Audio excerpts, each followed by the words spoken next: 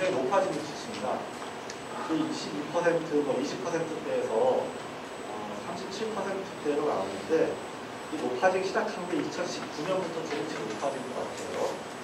그게 이제 최저임금이 급격하게 인상되면서 정부에서 이제 거기에 대한 그 지원 대책으로 작년에도 이제 그런 지원 제도 같은 걸 하면서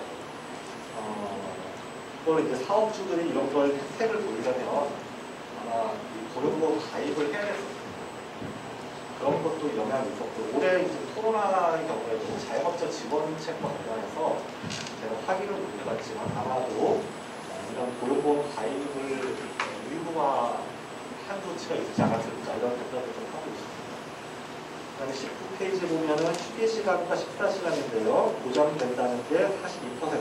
이건 이제 전체가 아니라 일일 노동 시간이 4시간 이상의 임장자만을 대상으로 하고요, 보장되지 않는 게 58%. 식사 시간은 일일 노동 시간이 8시간 이상의 임장자 80명이 이 사람들만 조사한 건데 보장률이 41%밖에 안 됩니다. 여기도 여성이 훨씬 보장률이 낮고요, 10대 청소년들이 낮습니다. 그리고 이제 통계적으로 유급량이 낮습니다. 여성의 경우는요. 주목되는 현상이라고 봅니다. 그 다음에 근로계약서 작성 및 보고 실태도 보면은 그룹 12를 보시면 연도별로 비교해 봤을 때 굉장히 높아졌어요. 처음 저희가 조사할 때는 40% 정도밖에 안 나왔는데 올해는 63%로 꽤 많이 올라갔습니다. 이것도 저는 정확한 이유를 좀 찾아봐야겠지만 한번 나중에 좀 토론할 때 다시 한번 말씀드리도록 하겠습니다. 그 다음에 이제 부담배우 병원과 관련해서 23쪽에 가시면 임금체불, 급여 지급 지연, 초과수당 미지급, 강제 조기퇴근, 차액손실보상, 수습을 이유로 한 최저임금 위반, 출근 보조 통보 등등에 대해서 이 퍼센티지가 나와 있는데요. 여기도 마찬가지로 여성과 10대 청소년들의 경우에는 특히 이제 금전과 관련된, 임금과 관련된 부담비율 경험이 다른 집단에 비해 높다는 걸 이제 아실 수 있을 거예요. 이제 이게 일관되게 어떤 고용보험이나 그 이전의 주휴수당이나 그걸 보면은 사업주들이 아마도 이제 이 집단에 조금 더 그때 말로 막대하는 그런 경향이 좀 높은 건 아닌가 이런 생각이 좀 들고요.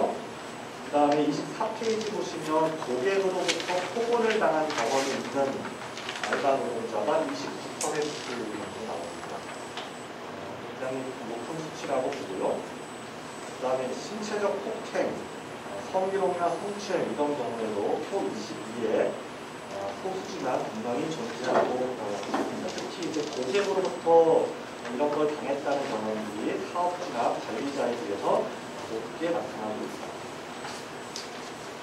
아르바이트 사유에 대해서는 그냥 보시고요. 구직 활동의 어려움도 당연히 코로나 때문에 훨씬 어려웠다는 사람들이 많았습니다. 그 다음에 25페이지 밑에 보면은 정책적 개선 사항인데 저희가 이제 설문지에서 현재 사업장에서 반드시 개선해야 될 게 있으면 두 가지를 써주세요라고 이제 보기를 제시하고 했는데 제일 높은 게 이제 고객으로부터 부당한 대우를 받는다고, 그 다음이 휴식 시간이나 식사 시간을 제대로 제공하지 못한다, 일이 고되거나 힘에 부친다, 이에 비해 급여가 적다. 이 네 가지 항목인데 이 네 가지 항목은 매년 이 네 가지 항목이 항상 위에 상위를 랭크합니다. 그러니까 순서는 조금 달라집니다. 2016년, 18년에는 상대적으로 일에 비해 급여가 적다는 의견이 1등을 하고 막 이랬는데 최저임금이 그동안 좀 많이 오른 상태에서 이게 많이 내려갔습니다. 대신에 휴식 시간이나 식사 시간 문제, 고객으로부터 어떤 문제 이런 게 좀 많아졌다고 볼 수 있겠습니다. 그다음에 부당배우 대처는 넘어가고 제가 나중에 또 설명드리겠습니다. 노동인권 교육의 경우에도 보면은 경험했던 교육을 받았다는 응답자가 높아지고 있습니다. 특히 10대 청소년의 경우에는 그 위에 20대에 비해서 굉장히 높은 수치를 보이고 있습니다. 그 다음에 이제 28페이지에는요, 코로나19에 관련해서 올해 처음 들어간 분담인데, 사업장에서 감염 유도의 정도를 좀 표시해달라 했을 때 1에서 10까지 숫자 중에 하나 올라가가 있는데 한 6, 7, 8 여기에 가장 많이 몰려있는 걸 볼 수 있습니다. 특히 이제 경성대 쪽에 이게 좀 높았습니다.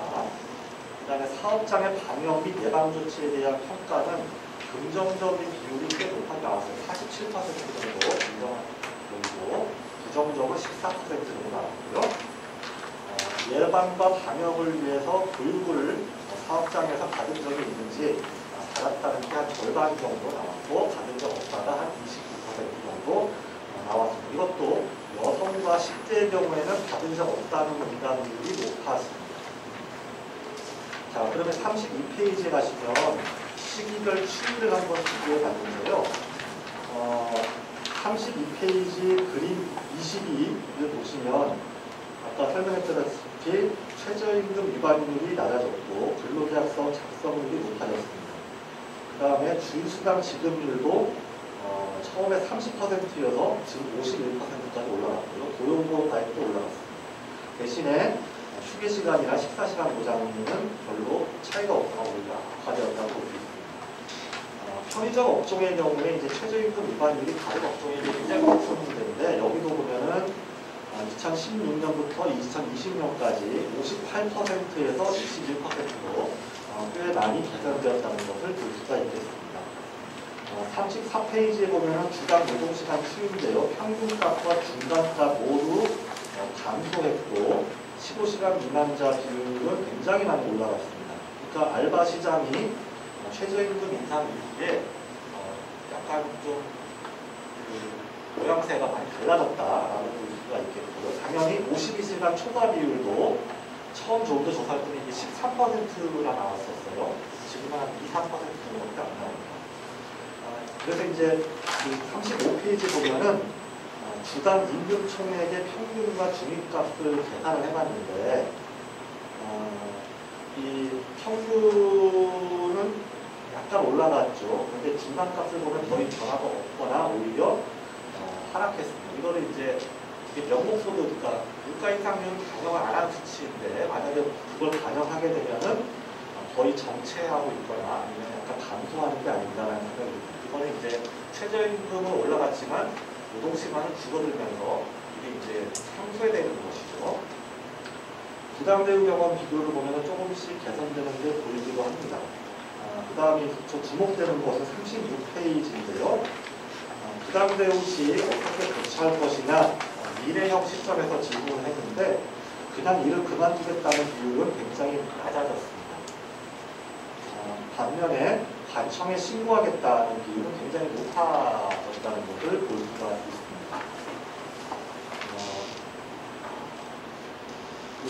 이런 것은 이제 그동안 어떤 청년 알바들의 어떤 권리의식이 상당히 높아지고 있다고 볼 수가 있겠고요.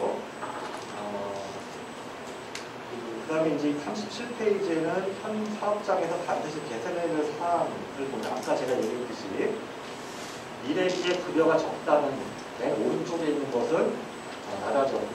나머지 것들은 조금씩 더 높아졌고요. 그렇게 전체적으로 조사가 되었습니다. 이상으로 마치겠습니다. 감사합니다. 네, 유영균 교수님 발표였습니다. 아마 들어보시면 알겠지만 2017년에 이제 편의점 사용만 좀 조정이 있었다 치더라도 실제로 5년간 조사 경험을 통해서 어떻게 변화가 되고 있는지 청년들이 어떤 경험들을 하고 있고 나아지고 있는 점과 사실은 개선해야 될 점 지속적으로 확인되는 점이 다시 확인된다고 볼 수 있을 것 같고요. 그리고 관심 있게 보셨던 특히 올해는 사실은 청년 알바 실태 조사가 좀 다른 의미가 있을 것 같다는 생각이 듭니다. 코로나 시기에서 활동하고 있는 청년들의 경험이라 조금 더 다른 부분에 관한 차이점을 또 토론을 통해서 이야기 들을 수 있을 것 같습니다. 네, 다음은 조은별 부산노동권익센터 정책실장님의 부산지역 청년노동 실태와 과제에 대해서 발표를 듣고 진행하도록 하겠습니다. 네, 안녕하세요. 부산노동권익센터 정책실장 조은별입니다. 저는 이번 저희 조사도 진행을 했고 조금 더 거시적으로 국가 통계를 가지고 다른 8개 시도랑 비교를 해서 부산시 청년 노동의 이제 실태에 대해서 이야기해보고 그 특징들을 가지고 어떤 점을 좀 고민을 해봐야 될지를 좀 분석을 해봤습니다. 그래서 좀 간단하게 하고 마지막에 제가 뭐 4가지 정도의 특징을 잡은 부분들을 좀 말씀드리겠습니다. 첫 번째로 부산시의 청년 노동자의 앞서서 저희 지역별 고용조사라는 국가 통계가 있습니다. 거기에 2020년 상반기를 기준으로 분석을 진행을 했습니다. 그래서 보시면은 이제 부산시 청년 생산 가능 인구, 그러니까 노동은 하지는 않으시지만 노동할 수 있는 보통은 15세에서 64세로 보고 있습니다. 이번 중에 이제 저희는 청년은 25.4%인데요. 저희 처음에 나와서 좀 깜짝 놀란 게 8대 광역시 중에 가장 낮은 비율입니다. 요거는 아마도 인구수에 좀에도 비율적인 그 차이가 있었을 것으로 보입니다. 그만큼 어쨌든 청년 인구 자체가 부산시에 다른 지역에 비해서는 적은 것과 또 하나의 특징은 만 60세에서 64세와 만 65세 이상의 비율이 좀 굉장히 높게 나타나거든요. 그래서 상대적으로 고령 인구가 많기 때문에 청년 비율이 조금 떨어지는 부분도 있습니다. 청년 이제 경제활동 인구 규모의 경우에는 전체 경제활동 인구의 23.3%를 차지하고요. 이는 이제 대구랑 울산 다음으로 낮은 비율입니다. 그래서 그렇게 또 경제활동 인구 자체도 높지 않은 것을 알 수 있습니다. 그리고 취업자까지는 쭉 넘어가고 이제 임금 노동자 규모를 보겠습니다. 취업자 중에는 이제 아까 임금 노동자와 비임금 노동자가 있는데요. 비임금 노동자는 고용원이 있는 자영업자라든지 아니면 고용원이 없는 자영업자, 그리고 가족 내에서 일을 하시는 그런 인구들인데요. 그거 빼고 실제로 업체에 사업체에 고용이 되어 있는 임금 노동자 중심으로 좀 보시면은 전체 임금 노동자 중에 청년 임금 노동자는 26.9%입니다. 이는 서울, 그다음 대전, 인천 다음으로 이제 낮은 비율입니다.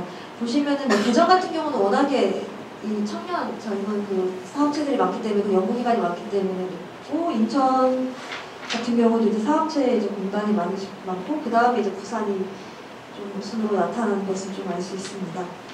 그래서 이 임금 노동자를 중심으로 그 데이터에서 알 수 있는 통계 분석들을 좀 해봤는데요. 고용 형태 같은 경우는 상용 노동자의 비율이 이제 75.5%로 비청년 임금 노동자와 이제 전체적으로 고용 형태는 비슷한 것으로 나타났습니다.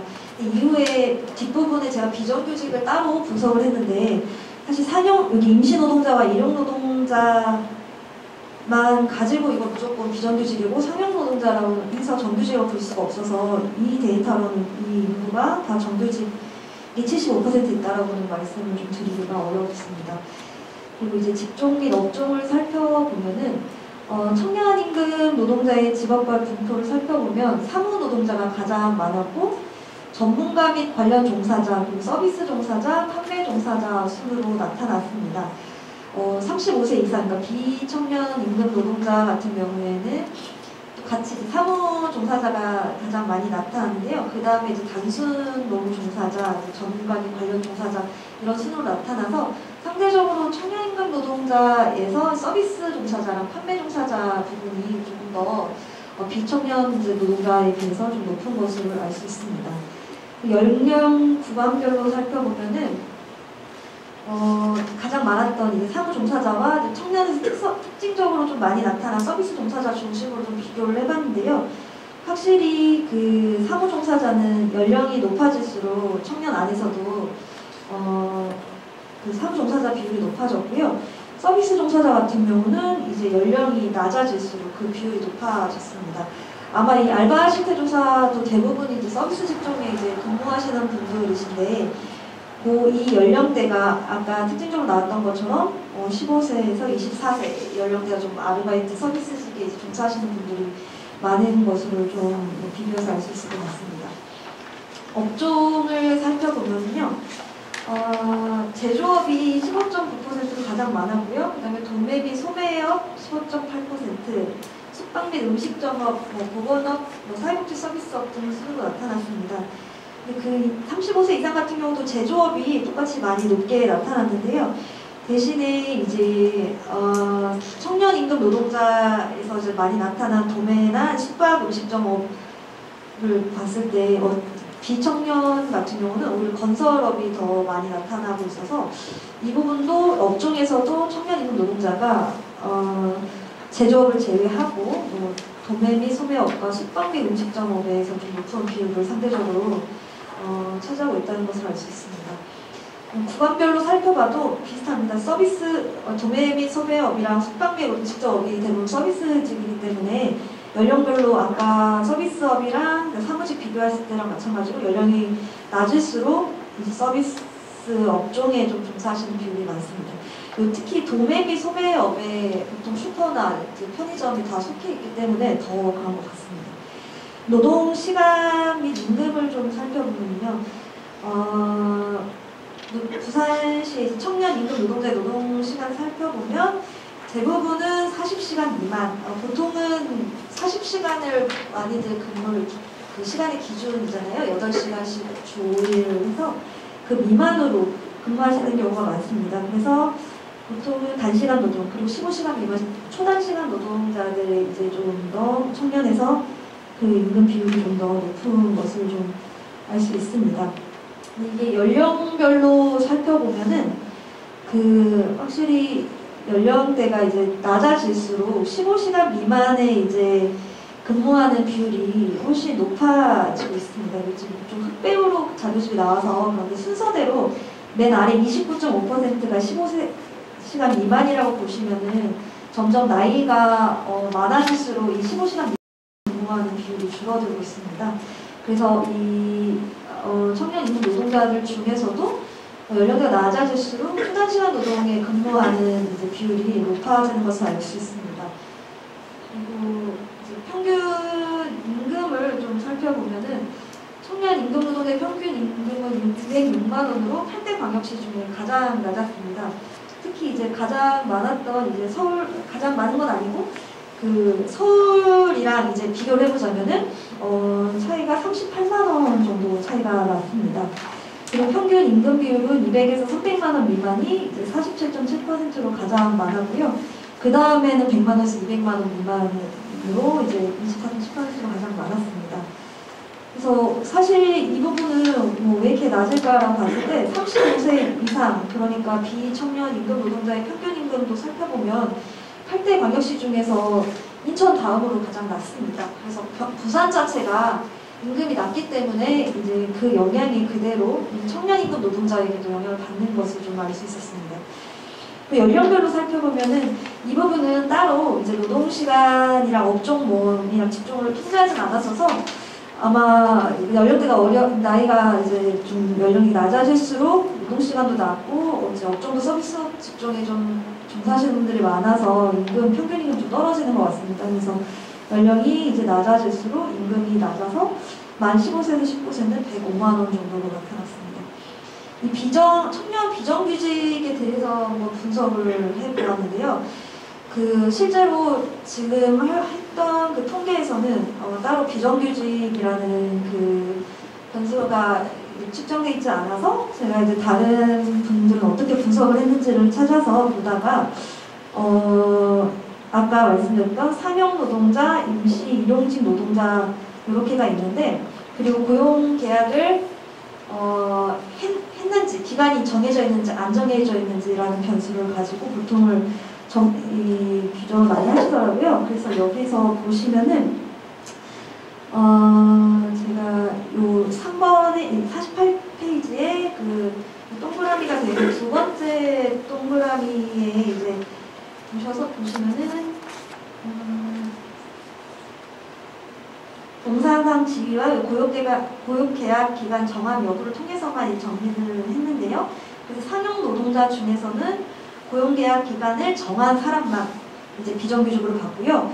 그리고 이제 일용직이랑 임시직은 이제 비정규직으로 봤습니다. 그래서 그렇게 세 이제 변수를 가지고 분석을 좀 했습니다. 있습니다. 비정규직으로.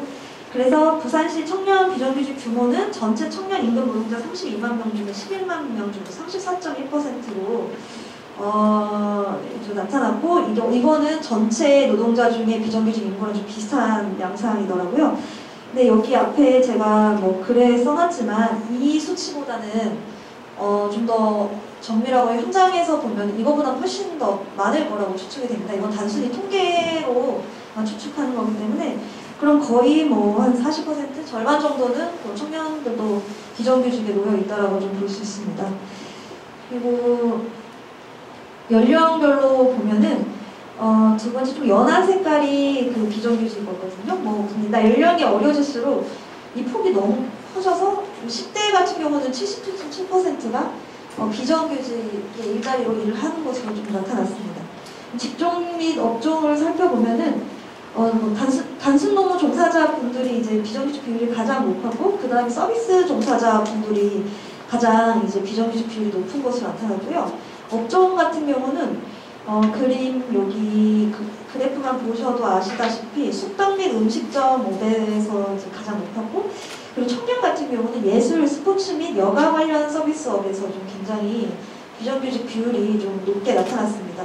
이 부분은 아까 청년 노동자, 임금 노동자분들이 종사하는 그 비율에서도 그렇게 높게 나타나지 않아서 저도 이 업종에 대해서는 이렇게 주목을 하진 않았었는데요.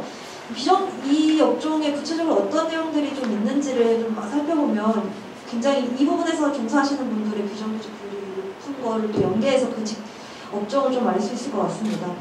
노동시간 및 임금을 살펴보면 비정규직 노동자는 대부분 이제 단시간 노동에서 비정규직 비율이 굉장히 높게 나타나서 15시간 미만 같은 경우는 뭐 청년뿐만 아니라 비청년도 이제 뭐 거의 90% 이상이 비정규직인 것으로 나타났습니다. 임금은 이제 144만원, 청년 비정규직의 평균 임금 144만원으로 아까 말씀드린 그 청년 임금 노동자의 평균 206만원에 비해서 62만원 이제 적었고요. 8대 광역시 중에 광주 다음으로 낮은 금액으로 좀 나타났습니다. 그래서 저는 이런 그 통계 분석을 좀 간단하게 하면서 느꼈던 게, 어쨌든 첫 번째 말씀드렸던 거는 앞서서 맨 처음 말씀드렸던 것처럼 청년 노동인구가 굉장히 낮고 또 이제 60세 이상의 노동인구가 굉장히 높다.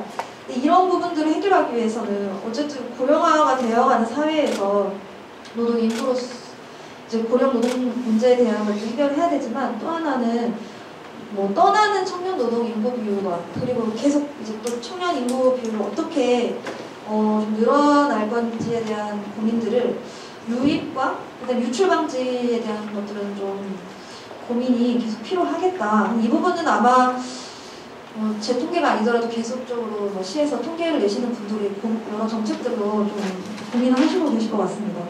그리고 서비스직이랑 숙박 및 음식점업에 집중된 24세 이하의 노동자들 일이 좀 특징적으로 나타났는데요. 이 부분은 아까 알바 실태 조사 하면서 그런 특징들이 좀 많이 나타나고 있는 걸 이제 좀 조사 결과를 통해서 좀 알 수 있었습니다.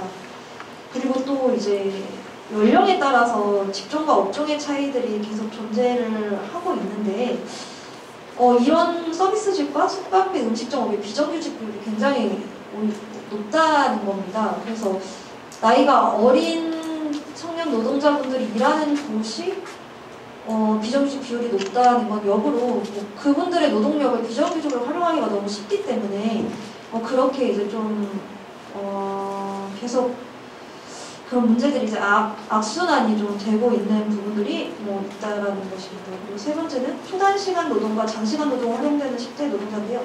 제가 아까 노동시간 부분을 할 때 짚고 넘어가지 않은 부분들이 있는데, 10대 노동자에서 아까 15시간 미만의 그 일하시는 비율이 굉장히 높게 나타났는데, 또 한편으로는 잠시만요. 한번 47페이지 한번 봐주시겠습니까? 47페이지 보시면은 그 맨 위에 0.0% 요거는 이제 52시간이고 그 다음 밑에가 41시간에서 51시간, 우리가 주로 40시간이 기본이고 연장을 52시간까지 할 수 있는 게 법정 근로시간인데, 10대의 경우에는 이 41시간에서 51시간 연장 근로한 시간이 이제 21.4%로 다른 연령대에 제일 높게 나타나고 있습니다. 그래서 이런 부분들을 보면은 오히려 제일 짧게 일하는 거, 또 제일 장시간 일하는 노동에 보통 10대 노동자분들은 이렇게 노동시간이 좀 작다라고 생각을 했는데 이런 데서 좀 높게 나온 비율을 보면서 일자리를 좀 구하기가 쉽지가 않으니까 이런 일자리마저도 이제 일을 하시는 측면 하나랑 그리고 그런 걸 이용해서 장시간 노동에 이제 사업주들이 활용하고 있지 않나라는 좀 그런 추측을 좀 하게 되었습니다. 이 부분은 혹시 뭐 같이 좀 이야기를 좀 더 나누면 좋을 것 같습니다. 그리고 8대 광역시 중에 가장 낮은 임금은 이 부분도 뭐 저희 부산시 자체에서 전체적으로 고민을 하고 계실 것 같으세요. 그래서 이 임금이 낮은 거는 뭐 단순히 뭐 지금 생활임금을 계속 확대해 나가고 있는데 다른 지역보다는 조금 더 부산시가 민간 영역이 확대하지 않으면 계속 이렇게 낮은 임금으로 갈 수밖에 없는 뭐 이런 오명을 계속 갖고 갈 수밖에 없는 이건 청년뿐만 아니라 뭐 그런 문제가 좀 있을 거라고 생각이 듭니다. 그래서 이런 분석을 하면서 제가 느꼈던 거는 제가 요거 말고도 몇 년 전에 뭐 특성하고 관련된 뭐 실태조사나 이런 걸 진행하고 청년분들을 그냥 청소년분들의 그 알바 하시는 분들을 좀 만나면서 느꼈던 거는 이 작은 사업장에 있으면서 그 노동시간도 그렇고 꺾기도 그렇고 임금도 그렇고 너무 자유자재로 이분들의 노동을 활용을 하세요. 10대나 뭐 아니면 20대 초반에 알바하시는 분들의 왜 그럴까라고 이제 좀 그런 고민들이 있었는데 최근에 폐업한 사업장에 있는 노동자들의 그 글을 적은 이제 인터뷰를 한 책을 읽었는데 사업주들이 이제 특히 작은 사업장에서도 이게 다 내 거라고 생각을 하시니까 사람을 쓰는 것도 뭐 돈을 주는 것도 노동시간을 이때와 저때와 이때 안 올 거면은 뭐 오지 마 이런 식의 마인드가 작은 사업장일수록 이 가부장적인 그 자기 내 사업주 가족처럼 일하고 나이가 어린 사람한테 차별하고 이런 인식들이 조금 만연한 것들이 이게 청년 특히 24세 미만의 청년과 청소년분들에게 더 많이 가해지고 있구나 그런 것들이 보호되고 있지 않구나라는 생각이 이 분석과 그다음에 앞에 교수님이 발표하시는 이제 내용들 보면서 그런 생각이 좀 많이 들었습니다. 이상 발표를 마치도록 하겠습니다. 네, 권교수님 감사드립니다. 먼저 발제해주신 유영구 교수님과 조은별 실장님께 박수 한번 다시 부탁드리겠습니다. 원래 계획은 5분 정도 쉬는 거를 이야기했었는데요. 뭐 바로 좀 쉴까요? 괜찮으시면 원래 시간 약간 오버될 것 같았는데 잘 끝나가지고요. 한 3, 4분 정도 50분에 시작한다 생각하고 잠시 쉬었다가 진행하시면 어떨까 합니다. 네.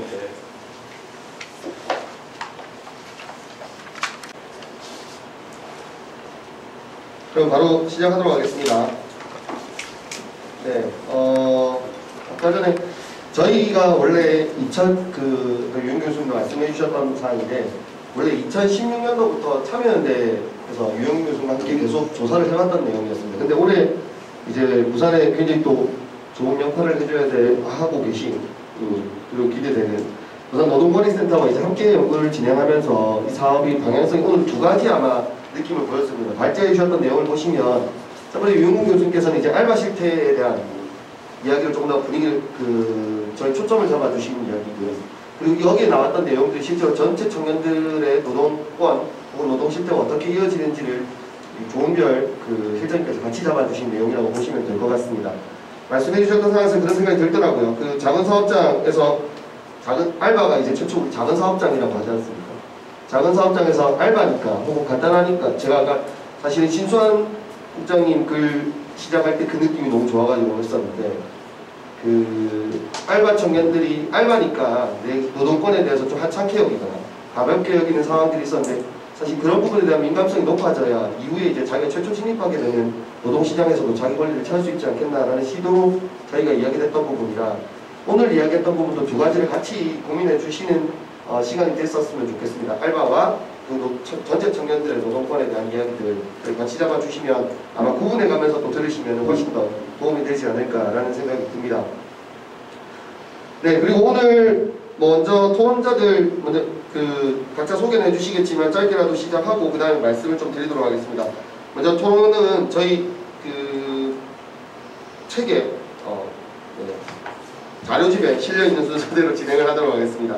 첫 번째 김혜린 부산광역시 시의원님께서 발표를 해주실 거고요. 두 번째로는 부산의 실태에 대해서 배설이 부산시 인권노동정책담당관 주무관으로 계신 분께서 해주실 거고요. 세 번째 부산 청년유니온 사무국장님 신수환 국장께서 해주실 거고요. 네 번째 민주노총 사무사 노동상담소 상담실장으로 계신 신상길 실장님께서 말씀해 주실 거고요. 마지막으로 부산참여연대 시민권리보장이시고 공익노무사로 계신 홍민화 부부장님께서 마무리를 해주시도록 하겠습니다.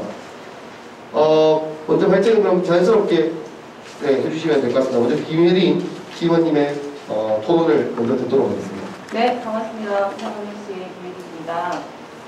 네, 일단 저는 들어가면서 놀랐던 건 이 조사가 지금 몇 회째 계속 되고 있었다라는 사실에 놀랐습니다. 몰랐었거든요. 그래서 그 조사를 계속 하고 계시면 조금 더 알리는데, 이런 조사가 있다라는 것을 알리는데 좀 힘들어 주셨으면 좋겠다는 말씀을 드리면서 들어가도록 하겠습니다. 저는 더불어민주당 청년비례 대표로 의회에서 지금 일을 하고 있습니다.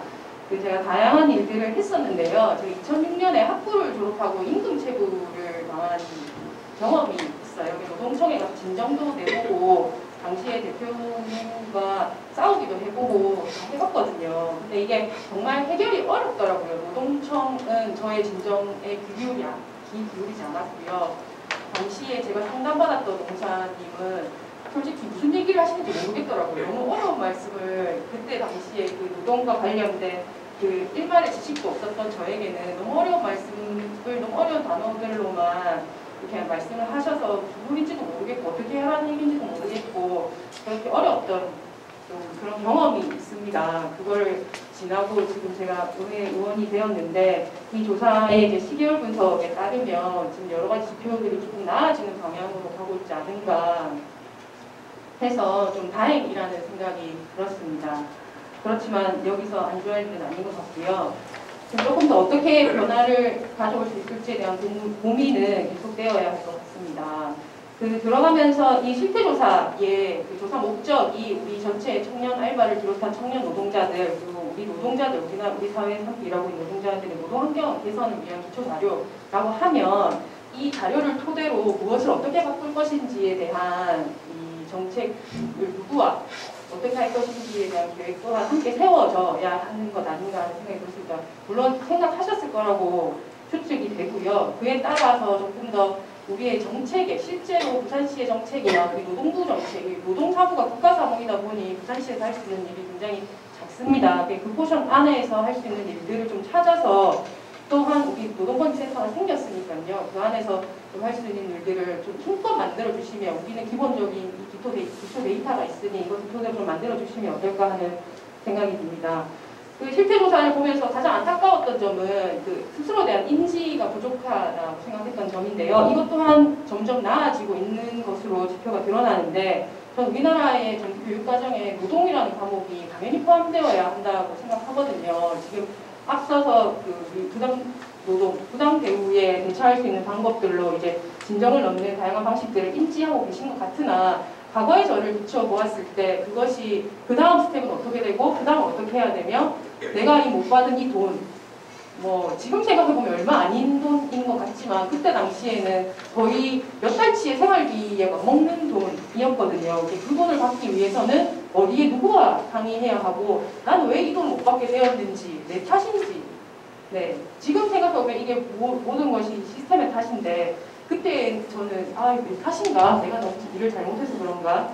이런 생각을 했었습니다. 그래서 이런 것들을 좀 해소할 수 있는 초등학교 때부터 우리 영어 공부하듯이 노동교육을 함께 했으면 어떨까 하는 생각입니다. 제가 대학원 다니면서 제가 노동사역을 대학원에서 석사과정에 공부를 했는데요. 그때 보면 이제 독일의 사례가 이 노동교육과 관련해서는 굉장히 이 시스템이 단단히 갖추어져 있더라고요. 마이크가 이상한가요? 괜찮습니까? 네.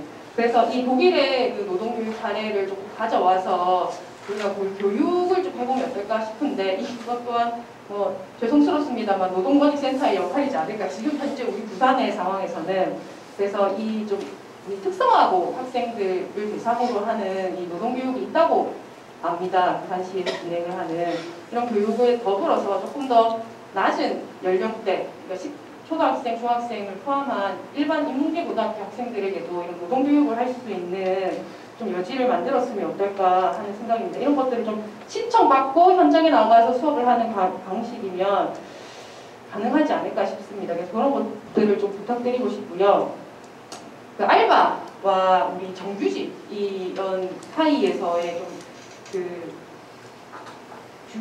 어떻게 이걸 뭘 우선순위에 둘 것인가에 대한 고민이 조금 있었습니다. 우리는 어차피 한정된 재원과 한정된 인력으로 정책을 진행할 수밖에 없기 때문에 무엇을 먼저 둘 것인가가 가장 중요한 포인트라고 늘 생각을 하거든요. 근데 우리가 알바를 하는 청년들과 이 알바를 딛고 정규직이 되고자 하는 청년들에게 어떤 기회를 먼저 줄 것인가 라는 게 저는 좀 고민이었는데요. 이 자료를 보았을 때 가령 예를 들면 이런 거죠. 20대 후반에 대학교 4학년인 A씨가 있습니다. 이 A씨는 일주일에 이틀을 알바를 하고 있어요. 근데 이 이틀은 지금 당장의 생계를 위한 이틀이죠. 벌면 한 7, 80만 원 생활비 정도를 벌 수 있을 텐데 그 돈으로 평일 시간에는 공부를 하는 거죠.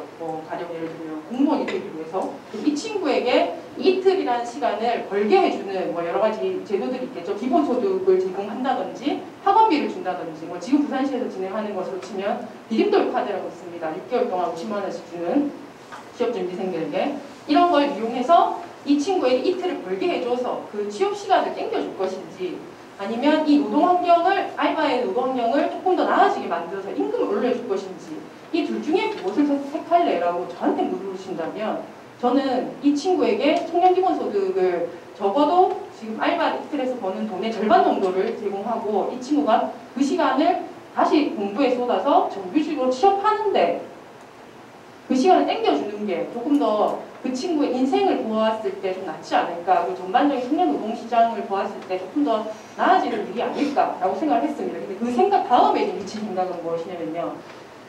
그러면 그 일자리는 또 누군가가 해야 하는 거죠. 근데 이 앞선 자료를 보았을 때 이 데이터로 가장 취약한 계층이 40대 여성, 40, 50대 여성이더라고요. 이 앞에 데이터를 보면. 그러면 그 40, 50대 여성들은 경단녀일 가능성이 굉장히 높죠.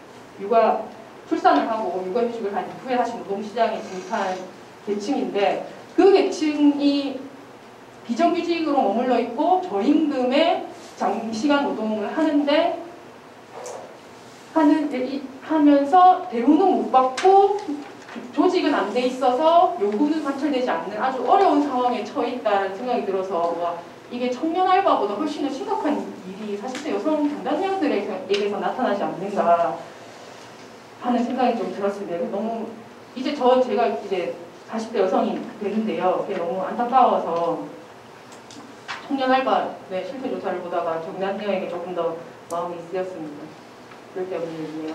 네, 앞서 그 자료 보면 성희롱 성추행 22명의 사례가 나오더라고요. 그래서 이 사례는 좀 별도로 연구를 해주시면 어떨까 하는 제안 또한 드리고 싶습니다. 이게 우리 청년 여성들이 지금은 좀 목소리도 높일 수 있고 안 된다라고 얘기할 수 있는 여지가 과거보다는 굉장히 올라갔지만 그래도 되게 어렵거든요. 그렇게 얘기하기. 그런데 이렇게 성희롱 성추행 관련해서 최근에는 이제 성인지 감수성도 굉장히 모두 다 올라가고 이에 대해서는 조금 더 드러내놓고 얘기할 수 있는 시기가 되었다라고 생각이 들어서 이 사례들은 조금 더 계속해서 질적 연구를 통해서 좀 남겨주시면 그 자료들을 토대로 개선해야 할 정책들을 만들 수 있지 않을까 하는 생각입니다. 네, 국회권은 위에권을 연결된 것이고요. 그리고 필요 정책들 보면 제가 주저리 여러 가지들을 써보았습니다. 이거 그냥 읽어보시면 좋을 것 같습니다. 이런 여러 가지 정책들과 관련해서는 이게 제가 이렇게 보니까 우리가 할 수 있는 일이 생각보다 많이 없더라고요. 앞서 말씀드렸다시피 노동사무가 국가사무이다 보니 부산시가 실질적으로 하기에는 어려운 일들이 필요 정책에는 많았고요. 아까 말씀드린 것처럼 홍보, 정보 제공 같은 것은 우리 시가 이미 하고 있습니다. 그래서 보완하는 정도의 수준이라 그 보완하는 수준은 충분히 노동건의센터에서 부산시와 이야기 나누셔서 개선이 가능할 것이라고 보고요. 제가 앞에 말씀드린 교육의 부분이 가장 노동권익센터가 힘써야 하는 부분, 물론 상담과 같은 경우는 일상 업무라고 생각합니다. 그런 부분들을 좀 더 해주시면 좋을 것 같은 생각이고요. 이 뒤에 나온 청년노동 실태 과제에 제시해 주신 것은 제가 가장 이제 우리 부산시의 가장 큰 문제가 고령화, 그다음에 청년 인구의 유출 등등이지 않습니까? 그래서 균형 발전 관련되어 저희 의회에서도 특위 만들어서 지금 균형 발전 관련된 논의가 굉장히 많이 일고 있는데, 제가 이 토론문을 쓰던 게 12월 15일이었는데 그날 바로 저출산 고령사회 기본 계획이 우리나라에서 발표가 되었더라고요. 그래서 그 뒷페이지에 제가 그 연령별, 정책 대상별 이제 이 지원들을 함께 담아두었습니다. 그래서 이거 참고해 주시면 좋을 것 같고요. 우리 시가 할 수 있는 것들에 대해서는 이게 진짜 많이들 애를 쓰고 계신데, 인구정책 관련해서 부산시는 굉장히 많은 정책들을 내어놓고 그중에 특히 청년 유출 인구 관련해서 청년과에서도 굉장히 힘쓰고 있지만 너무 성과가 안 나는 부분이 있어서 그것도 좀 안타깝긴 한데, 그것도 또 단시간 안에 성과가 날 수는 없다는 점도 말씀드리고 싶고요. 이와 관련해서 이제 가장 최근에 성과가 포렌스 유치, 2019년에 우리 시가 강서구에 포렌스라는 자동차 부품업체를 유치를 했습니다. 그래서 물었더니 1,200개의 신규 일자리가 창출된다고 합니다. 2022년에 준공이 될 예정인데 1,200개의 일자리를 어떻게 뽑으실 예정인지 물었더니 지역 안배를 기본적으로 하고요. 부산에서 대학을 다닌 친구들, 부산에서 고등학교를 다닌 친구들이 다시 돌아오는 이런 사례들을 변수로 넣어서 채용을 할 계획이라고 하고요. 이 1,200개의 일자리는 경력직이 아니라 전부 다 초임, 그러니까 뭐라 하죠? 대학교 졸업한 신입사원들, 경력직이 아닌 신입사원들만 1,200개의 일자리가 제공되는, 이거는 정규직인 거죠. 그리고 이게 신기술 일자리고요. 그리고 나서 이 강서구 일대에 이 포렌스가 있는 전기차 부품을 여기다 넣는 건데, 그 연간 업체들과 함께해서 클러스터를 조성하면 4,200개까지의 신고 고용이 가능할 것으로 예상이 된다고 합니다. 그래서 저는 우리 부산시의 임금이 낮고 청년들이 밖으로 나가고 이런 것들이 임금이 낮은 걸 치면 대기업을 유치해야 하는 거라는 생각이고, 이렇게 1,200개가 한 번에 만들어지는 건 교통공사에서 5,000개, 6,000개 신규 일자리를 늘리는 것은 너무나 큰 리스크를 안아야 되거든요. 시가 시의 재정을 거기다 넣을 수밖에 없는 지금 구조를 가지고 있기 때문에, 그래서 그런 것들보다는 우리 시가 지금 이 투자와 관련되어서 지역 외기업들을 유치하기 위해 굉장히 애쓰고 있는데, 그런 것들을 조금 더 많이 해서 정말 양질의 청년 일자리를 만들면 어떨까 하는 생각입니다. 그리고 하나 더는 우리가 그 혁신지구들이 있습니다. 공공기관 이전과 관련해서 전국의 혁신지구들을 지정하고 있는데, 지금 부산에 3개의 지구가 있거든요. 금융지구의 문현단지, 그리고 해양의 영도, 그 다음에 센텀의 영상 단지들이 있습니다. 이런 혁신지구들이 좀 미래 산업들에 과감한 투자를 해야 할 필요가 있다는 생각입니다. 청년 스타트업들이 지금 현재 BIFC에 많이 입주해 있고, 그 친구들이, 그 기업들이 굉장히 많은 성과들을 내고 있는 것으로 알고 있습니다. 그것에 대한 조금의 관대함, 그 업체들은 굉장히 성과 없지만 지원이 가능한 이런 시스템 또한 필요하지 않을까 하는 생각입니다. 끝으로 하나만 더 말씀드리면요. 우리 청년노동 실태 과제에 보면 청년 비정규직 노동자 업종에서 예술 등의 서비스이 젊은 시절에는 되게 많았는데 좀 나이가 더 들어가니까 이 예술 등의 서비스의 숫자가 확 줄어들더라고요. 그래서 저는 이 친구들이 나이 먹고 어디로 갔는지 참 궁금했습니다. 이상입니다. 네, 감사합니다. 그 시작하실 때 이제 알바비 못 받았던 개인의 슬픔으로 시작하신 거였는데요. 그 중간에 이제 교육의 필요성, 노동에 대한 교육 필요성이라든지, 그리고 말씀해 주셨던 사항은 알바를 포함해서 사실 전체 청년 세대에 대한 어떤 노동 조건이라든지 일자리권에 대해서 같이 이야기를 했다는 생각이 듭니다. 중간에 그 질문하셨던 사항에서 아마 답을 알고 계시겠지만 같이 이야기를 좀 나눴으면 좋겠다고 하는 건, 저희가 알바 조사를 하고 있는 거는 그 사실은 뭐 알바를 짧은 시간 동안이라도 짧게 그만두느냐 혹은 길게 빨리 전환시킬 수 있도록 하느냐라고 하는 초점보다는 알바라고 하는 시간이 모든 청년들이 겪는 상황이라는 거죠. 분명히 겪고 있는 상황이기 때문에 여기에 대한 인정을 통해서 변화나 혹은 지원에 대한 고민들을 할 수 있기 때문에 계속적으로 실태 조사가 이루어지고 있다는 사실인데, 사실 요거는 같이 이야기를 나눴으면 좋겠다는 질문이신 것 같아서 제가 이렇게 정리를 좀 해봤습니다. 네, 다음은 바로 이제 부산시에서 또 이제 어떤 정책을 하는지에 대한 정리를 해주실 배설희 인권노동정책 담당관 주무관님께서 토론해 주시겠습니다. 저는 인권노동정책 담당관실에서 근무하는 배설희라고 합니다. 제가 오늘 토론을 할 내용을 가져온 내용은 부산 광역시의 청소년 그리고 청년 노동 정책에 대해서 가지고 왔습니다. 우선 부산시 청소년 청년 노동 정책의 추진 배경을 간단하게 말씀드리도록 하겠습니다. 사실 이런 정책에 대한 추진 배경은 사실 불안정한 청소년, 청년 노동시장이 첫 번째 배경이고요. 두 번째 배경은 시 차원에서의 청소년, 청년 노동 정책이 필요하다는 그런 필요성 때문입니다. 조금 더 구체적으로 들어가 보도록 하겠습니다. 청소년, 청년 노동시장 현황 자체는 사실 꼭 청년만의 노동시장의 특징은 아니겠지만은 그렇다고 하더라도 다른 어떤 연령층보다는 청년 노동시장의 불안정성이 급격히 증가하는 부분 때문입니다. 보시면은 청년 노동시장의 지표는 2019년 기준에는 고용률이 49.9%, 실업률이 10%로 청년 고용 상황이 좋지 않습니다.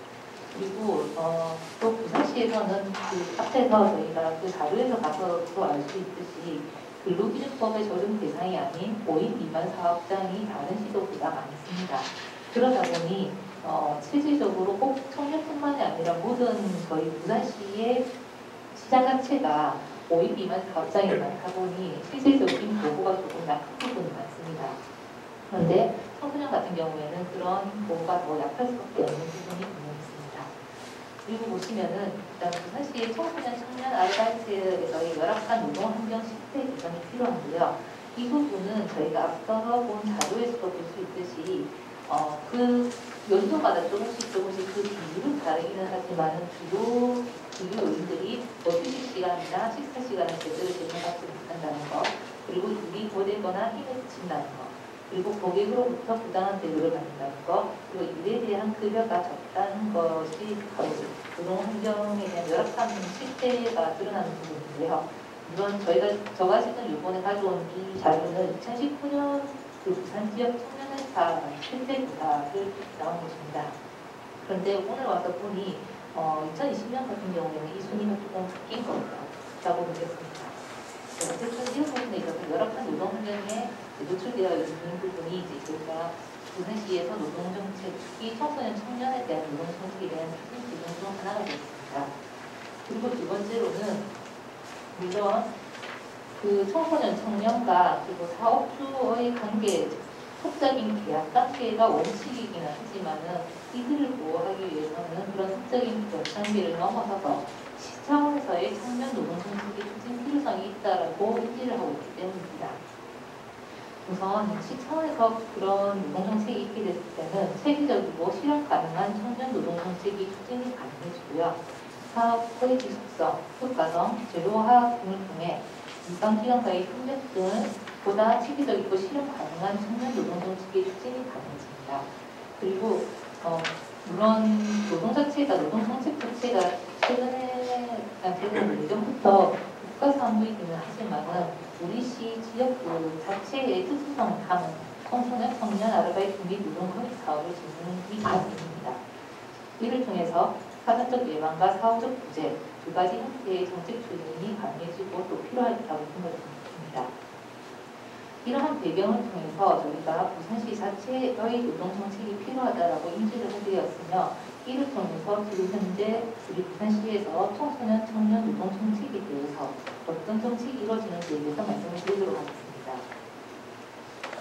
부산시 청소년, 청년 노동 정책에 대한 어떤 근거 부분인데요. 이 근거는 2019년 4월 10일 날 제정된 부산광역시 청소년 노동인권 보호 및 증진 조례를 통해서 제가 근거를 마련했습니다.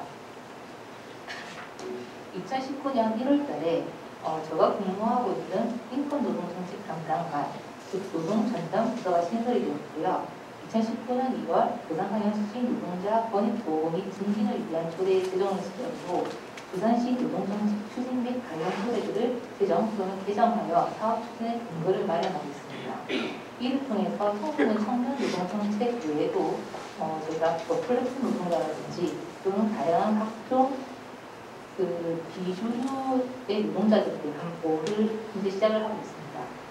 이어서 2019년 4월 부산광역시 청소년 노동인권 보호 및 증진조례 제정을 통해 청소년의 노동인권을 특별히 보호하고 노동환경을 개선하는 데 필요한 사항을 정함으로써 청소년 노동인권 정책 추진의 근거를 마련했습니다. 이러한 조례 제정을 통해서 근거가 마련되었고 이를 통한 구체화된 노동정책입니다. 첫 번째는 취약 노동자 노동 권익 보호를 위한 무료 상담소를 운영하고 있습니다.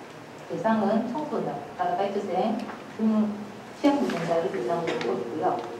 최저임금 위반이라든지 임금체불, 부당계 노동 권익 구제 상담 및 법률 지원 등을 하고 있습니다. 추진 실적으로는 동네방네 노동관리 지원 사업을 통한 무료 상담소를 통해 2020년에는 20회, 그리고 19년에는 25회를 운영을 했었고요. 현재 양대노총에서 운영하는 노동상담소 9개소를 운영 중에 있습니다. 2020년이 2019년보다 적은 이유는 코로나 때문에 굉장히 횟수가 작습니다. 두 번째 정책으로는요, 2019년에 운영한 노동인권 집중 교육 지원입니다. 이 대상은 고등학생, 아르바이트생 등을 대상으로 한 맞춤형 노동인권 교육이었고요. 고등학교에 방문을 하거나 또는 대학교 주변을 이용을 해서 이러한 교육을 실시를 했습니다.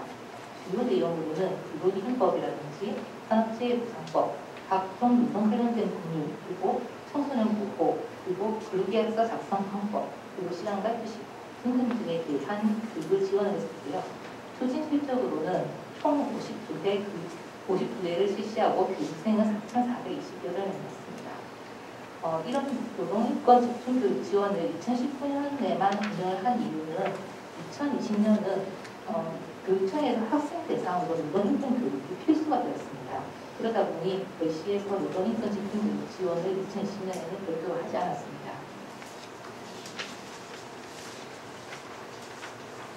네, 다음 정책은 청년노동권리보호 특강입니다. 경제진흥원에서 실시를 했던 교육인데 대상은 고등학생 또는 아르바이트생, 사회초년생, 취업준비생, 비정규직 노동자, 노동시장과 초입자를 대상으로 한 특강이었습니다. 주요 내용은 노동권 기초라든지 노동권 인식 확대를 위한 노동인권 교육을 실시를 했고요. 이에 대해서는 올해 4회 교육생은 80명이 불과했습니다. 이번 부분에 대해서는 저희가 사실 특강을 조금 더 확대를 하고 많은 인원에 대해서 특강을 진행을 하려고 했으나 조금 번번이 코로나 때에서 문제가 생기면서 사실 이 부분에 대해서는 조금 실적이 미비한 부분이 있습니다. 다음입니다. 아르바이트 상식 책자 제작 배포인데요. 노동인권 집중교육 신청 고등학교를 대상으로 제작을 하고 배포를 했었습니다. 이번 그 주요 내용은 아르바이트 필수 상식이라든지 이런 부분에 대한 Q&A를 담고 있고요. 추진 실적으로는 1,200도 내외에 해서 배포를 했습니다. 이러한 정책 외에 현재 이 부분 저희가 현재 실시하고 있는 정책이고요. 그 외에 저희가 향후 계획에 대해서 조금 고민을 해봤습니다.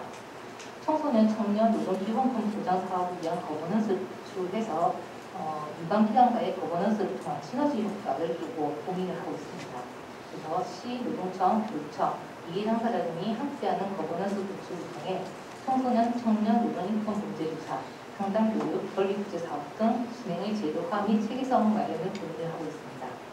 그리고 두 번째, 사전적 예방을 위한 노력인데요. 표준 계약서를 양 당사자에게 보고를 하고 이런 보고를 통해 취약 노동자들이 불공정 계약 등에 대한 피해를 줄일 수 있도록 노력을 할 예정입니다. 그리고 노동인권 교육 강화에 대한 부분도 이를 통해 청소년 청년의 노동인권 지식이 함양될 수 있는 부분을 고민하고 있습니다. 마지막입니다. 좋은 일자리 및 안전한 인서 구축 노력인데요.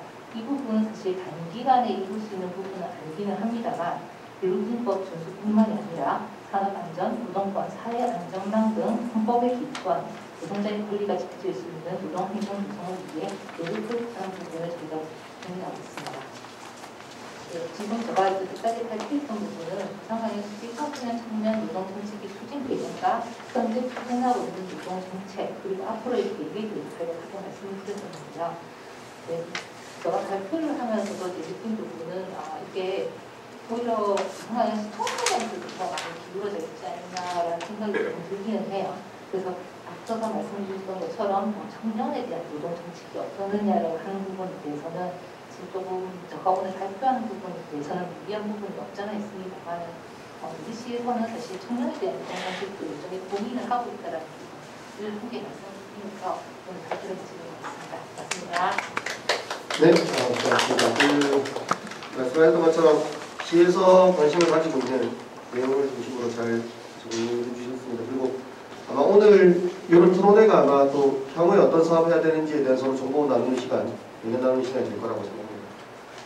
네, 다음은 바로 이제 오늘 저희 청년 당사자라고 해야 되나요? 유일하게 지금 유일은 아니시죠? 네. 그래서 어쨌든 신선 그 청년 유니온 사무국장님의 토론을 듣도록 하겠습니다. 안녕하세요. 네, 저는 이제 이거 실태조사 진행하면서 이제 그 현장에 한번 이제 실태조사도 진행했습니다. 그러면서 이제 여기서 객관적인 이제 자료나 이런 것들 말씀 많이 해주셨는데, 저는 약간 이제 그런 거를 다들 잘 준비해 오실 것 같아가지고 주관적인 부분을 좀 채워야겠다 이런 생각이 들어가지고 이렇게 좀 3가지로 추려봤습니다. 네, 첫 번째로 아르바이트 실태조사 진행하면서 청년분들이 뭐 이런 얘기 많이 하시더라고요. 아르바이트 실태조사 나왔습니다 이렇게 얘기하니까 저희는 알바 아니고 여기 직장인데요 이렇게 말씀하시는 분들이 많더라고요. 흔히 뭐 카페에서 매니저로 일하시는 분들 아니면 주로 주 5일 이상 근무하신 분들은 아르바이트보다는 여기 아예 고용된 직장으로 생각하시는 경우가 많더라고요. 그래가지고 이거를 과연 이제 아르바이트 실태조사라기보다는 청년 노동 실태조사라고 해야 되지 않을까 이런 이제 개인적인 의견이 좀 들고 있습니다. 그리고 실제로 거기서 아르바이트 이제 그렇게 아니라고 하시니까 저희가 이제 그냥 이제 저희가 아르바이트는 뭐 형식적인 거다 이렇게 얘기하고 실태조사를 받았어요.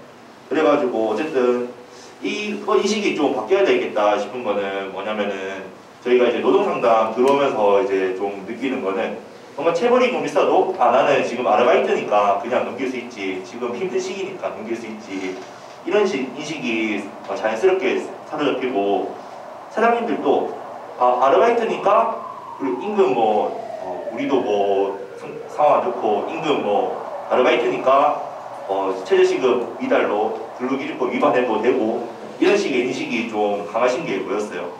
그래가지고 사장님들이 그럼 이제 체불임금 발생하면 찾아가면은 우리 어렵다 근데 이제 어렵다 하지만은 어렵다 하더라도 받아야 될 돈은 받아야 되고 어쨌든 그 받아야 될 돈을 안 받으면은 솔직히 그거는 이제 그 노동자의 노동력을 도둑질하는 거라 생각하거든요. 그렇기 때문에 아르바이트도 전부 다 이제 노동자고 그렇게 단순히 거쳐가는 것이 아니라 그 아르바이트를 하면서도 거기 충분히 자리 잡을 수 있고 그게 뭐 아르바이트 하는 것이 평생 직장이 되더라도 자연스럽게 생각하는 그런 인식이 좀 필요하지 않나 이런 생각이 좀 들었습니다. 네, 두 번째는 어쨌든 노동자들의 이제 근로환경 개선 어쨌든 관련해가지고 좀 요약을 해놨습니다.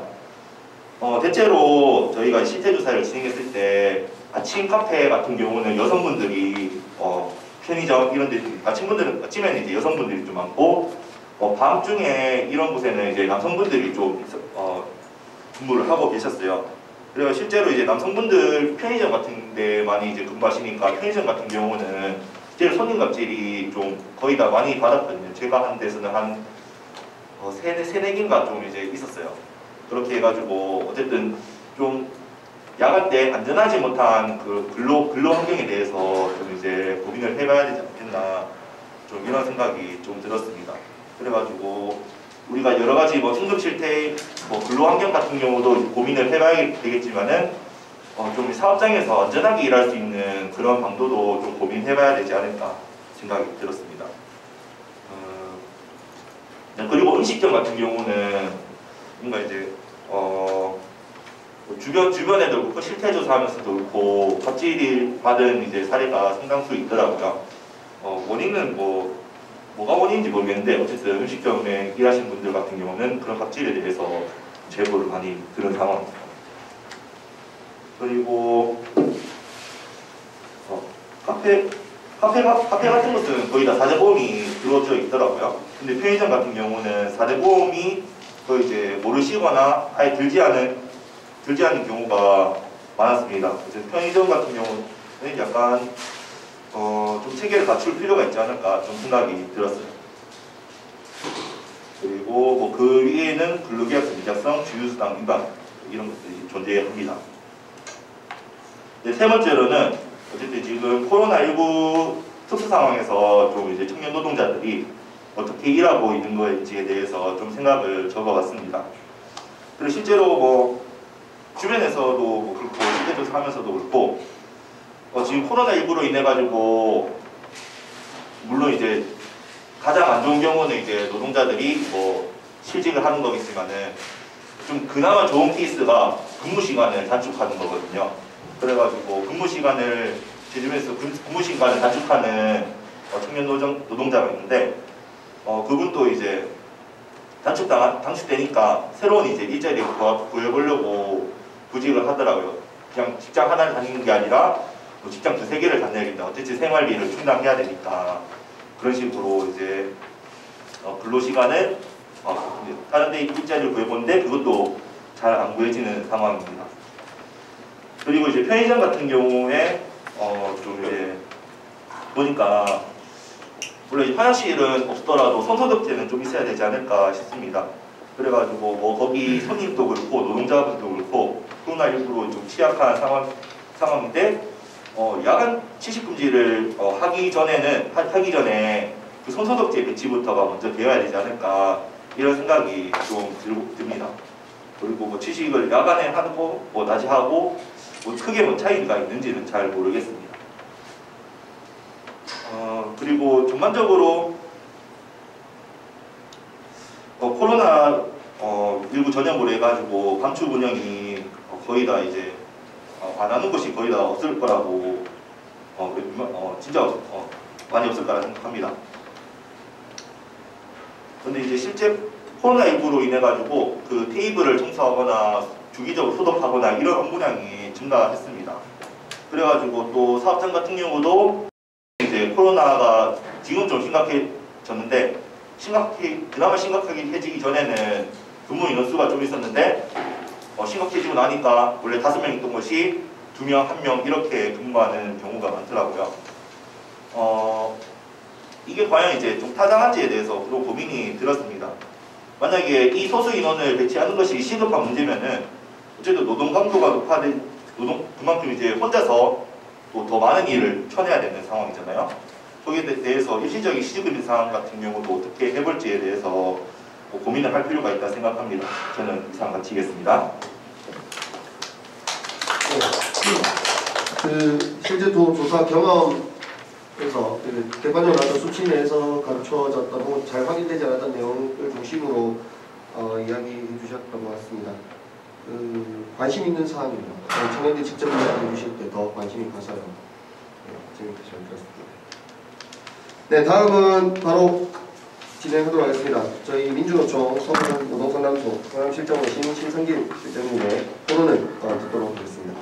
네, 반갑습니다. 신상길입니다.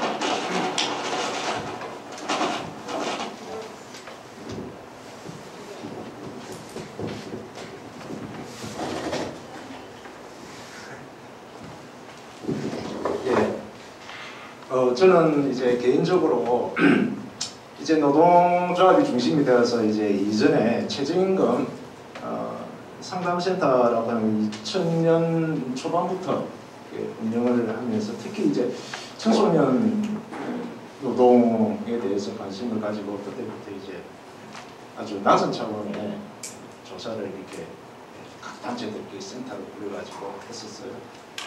하고 2010년도 오래돼가지고 몇 년도인지 잘 모르겠는데 2010년도 전후로 해가지고 청소년 노동인권 네트워크 구성이 되면서 이제 청소년 노동권 실태 조사 그리고 특성화법 현장시설 실태 이렇게 쭉 해오다가 그랬는데 제가 이렇게 말씀드린 이유는 청소년 노동 청소년 아르바이트 실태 조사를 하면서 동시에 2010년도 때 이전인가 그쯤 돼갖고 학교 규정을 또 다시 반노동 반인권적인 학교 규정을 갖다가 정보를 제공 안 해주니까 공개되어 있는 이제 홈페이지를 통해가지고 조사를 했습니다. 통일적으로 있는 것 중에 하나가 아르바이트 금지. 그리고 또 아르바이트 금지 규정에도 불구하고 몇 해 계속 적발시 징계 수위는 있겠지만 아르바이트라는 것에 대해서 아주 학교 교육기관에서부터 이제 부정적인 아주 반인권적이고 반노동적인 그런 걸 봤습니다. 그래서 그걸 토론회도 하고 우리 이제 네트워크에 계시는 여러 단체 활동가분들께서 고생을 하셔가지고 강의도 하고 해가지고 지금 학교 규정이 바뀌었어요. 그런 게 주고 그런 거 쏙쏙 뺐습니다.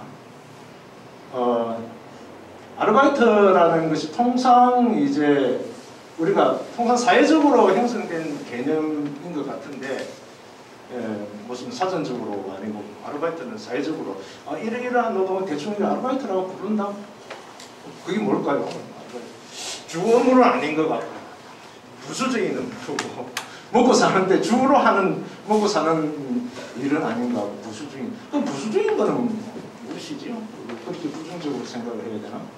부수적이든 뭐든 일을 해서 먹고 살아야 되는 거죠. 그리고 이전에 10대 조사할 때 항목을 내가 안 본 적이 아주 어릴 때였는데 아르바이트 하는 목적이 뭐예요? 사치품 사기 위해서 그 항목이 끝물에 들어있더라고요. 그런 것이 이제 단적으로 우리 사회가 보여주는 아르바이트라는 개념에 대해서 단적으로 보여주는 것이 아닌가. 특히 이제 요즘 각종 연구나 뭐 10대 조사를 통해서 뭐 아까 우리 심주환 상부장님께서도 말씀하셨지만 아르바이트라는 것은 이제 그런 사회적 개념 형성된 사회적 개념 뭐 부정적인 게 좀 있겠든 아니면 또 긍정적으로 이제 생각을 하려고 하든 그 토론을 해봐야 되겠지만 이제 생계비 용돈 생계비죠. 필요한 용돈 생계비죠. 세상을 살아가면서 필요한 거 노동을 통해서 그런 이제 아르바이트가 지금 아르바이트 개념에 대해서는 이제 막 뚜렷하게 정해진 건 없지만 우리가 생각하고 있는 아르바이트라는 개념을 좀 상상을 하면서 봤을 때는 노동 형태가 그 속에 기간제 노동이 가장 많아요. 지금 10대 조사 쭉 한 걸 갖다가 이렇게 한번 보면은 기간제 노동이 많고 또 기간제 노동 중에서 단시간 노동. 오늘 제가 좀 주문받은 게 단시간 근로자 보호라는 방안이기 때문에 단시간 근로자들의 비중이 많습니다.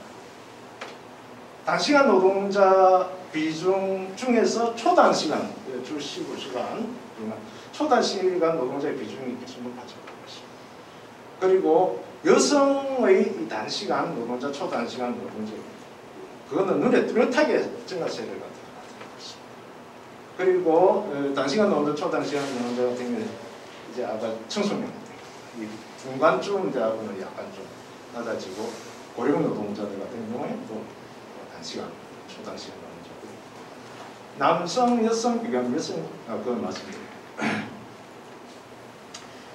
그런 이제 상황인 것입니다. 그래서 또 특히 이제 주목해야 될 것이 이제 초단시간 노동자인데 이런 실태 중에서 이제 단시간 근로자 보호 방안이라고 했을 때 청년 알바 주제이긴 하지만 일반적으로 접근하지 않으면 보호 방안이 없어가지고 이게 좀 깊게 생각을 하지 못했습니다. 부산시에서 뭘 어떻게 어떤 여건을 마련하고 해야 할지라는 것을 깊게 생각하지 못하고 그보다 우선적으로 지금 있는 이제 법 제도가 개선되거나 핵심되지 않으면은 기초적인 거 할 수 있는 게 부산시가 할 수 있는 게 또 그 바탕으로 해서 할 수 있는 게 아주 제한적이기 때문에 제가 오늘 말씀드리고자 글로 적혀져 있는 것은 좀 일반적인 법제도 특히 분명하게 명시되어 있는 그 헌법 관련된 그 중심으로 이렇게 한번 적어봤습니다. 그래서 이제 아르바이트라는 이제 불수익이나 가계 보조적인 노동을 인식하는 이 자체를 좀 극복하고 그래서 이제 입법 상황에서도 사회보험 제도나 사회보전 제도를 배제하는 조항이 있어요. 초단시. 이런 인식이 법에 반영된 것이죠. 그래서 이런 문제점을 갖다가 우리가 한 번씩 봤으면 좋겠습니다. 이게 법 제도를 하려고 하니까 노동법 사안이 돼가지고 단대히 읽어보셔야 되는데 조금 어려울 수 있습니다만은 최대한 이렇게 돼 있구나라는 정도만 이렇게 좀 말씀을 드리겠습니다. 단시간 근로자 같은 경우 차별이 가능하게 되는 것은 단시간 근로에 대한 개념부터가 문제입니다. ILO, 국제 ILO 기구에서 단시간 근로 협약에 의하면 단시간 근로는 이제 법정 노동 시간보다 짧은 노동 시간 무조건 단시간 노동이라고 하지 않고 단시간 노동 맞죠? 법정 노동 시간보다 짧으면. 그런데 이제 이 비교 대상을 해갖고 누구보다 짧은 사람. 그러면 누구보다 뭐가 짧은 시간? 소정 근로 시간. 소정 근로 시간 사용자와 노동자하고 정하는 시간인데 그 정한 그 시간이 짧은 시간, 짧은 자로 이렇게 규정하는데 그 비교 대상이 없을 경우에는 ILO 같은 경우는 계속 확장시키면 결국에는 법정 기준 근로 시간보다 짧은 사람 뭐 이렇게 돼요. ILO. 이제 우리나라 같은 경우에는 비교 대상자를 동일한 사업장에 국한한 그런 식으로 되어 있습니다. 그런 식으로 되어 있다 보니까 비교 대상자가 있고 없고에 따라 가지고 단시간 노동자 지금 말씀드린 단시간 노동자는 법에서 말하는 단시간 노동자 단시간 노동자가 존재하냐 안 하냐 존재하냐 안 하냐는 단시간 노동자 보호에 관한 법률 기간제 및 단시간 노동자 보호에 두 개를 갖다 엎어가지고 이 법률이 있습니다. 그 법률 보호를 받느냐 안 받느냐 그 차이가 되겠죠. 차이가 되겠죠. 통상 그거는 이제 법을 보호를 받냐 안 받냐의 단시간 근로자는 솔직히 말하고 사용자가 소정 근로 시간을 어떻게 변경을 시키냐에 따라 가지고 없을 수도 있고 비교가 되는 사람이 있으면은 단시간 근로자 되는 것도 없을 수도 있습니다. 전부 다 이렇게 똑같이 이 통상 근로자들 되면은 단시간 근로자 없잖아요. 그런 조건이 있습니다. 그리고 또 통상 근로자하고 근로 조건이 비례적으로 이렇게 소정 근로 시간 기준으로 해서 비례적으로 이제 적용되는 원칙을 지금 적용을 하고 있기 때문에 통상 근로자 근로 조건이 낮으면 단시간 근로자 노동자들은 그 비례하고 낮게 되는 거죠. 초단시간 근로자로 가게 되면 더 심각하게 됩니다. 이제 그런 것을 좀 적어놨고요. 그 다음에 그래서 초과근로 77쪽에 초과근로의 제한이라고 이렇게 좀 드리는 것은 이 단시간 근로자가 있냐 없냐에 따라 가지고 단시간 근로자가 하루에 무슨 6시간 하루에 4시간씩 뭐 일주일 5일 정도 일했다. 그런데 일을 하기로 했다. 근데 그보다 초과 노동을 했다. 그럼 초과 근로수당을 주니 안 주니? 이제 그게 이제 통상 근로자가 있냐 없냐에 따라 가지고 그게 이제 다툼이 생기는 거죠. 지금 현재 법률상 고용노동부 해석은 전체 다 비교 대상 통상 근로자가 없을 경우에는 초과 근로 기간제법에 의한 단시간 근로자로 취급을 하지 않습니다. 그리고 기타 이제 휴일 및 휴가 조항에 보면은 이 통상 근로자와 이제 비례해서 이렇게 연차 휴가 같은 경우에는 비례해서 이렇게 이런 방식으로 비례해서 이렇게 주어지는데 연차 휴가가 시간으로 나타나도록 되어 있습니다. 그러니까 휴가를 쉬는데 하루 단위로 쉬어야 되는데 이는 몇 시간 쉬어라, 이는 몇 시간 쉬어라. 수당으로 계산할 때는 막 딱딱 따라 맞아질지 몰라도 쉬는 문제는 이제 일수로 계산을 해야 되는데 이런 식으로 시간으로 계산해가지고 휴가를 자유롭게 온전하게 사용하는데 어려운 대목이 있습니다. 그 다음에 이거 보겠습니다. 78쪽에 이제 초단시간 근로조건인데 초단시간 근로조건 같은 경우는 단시간 노동자의 보호와 관련돼 가지고는 단시간 노동자 쭉 있는데 초단시간 체계를 따로 잡아가지고 여기는 근로기준법상의 중요한 조항을 아예 배제시켰거든요. 초단시간에 일주 동안에 소정 근로시간 15시간 미만인 노동자를 말합니다. 그래서 주휴 그리고 연차 유급휴가 적용 안 됩니다. 쉴 수 있는 권리인데 이런 것마저도 적용을 이제 배제를 해놓은 거죠. 그래서 단시간 근로를 한다라고 하면은 이러한 기본적인 노동 조건조차 이제 배제되어 있는 상황이니까 사회적으로 이런 일자리는 안 줘도 되는 거지.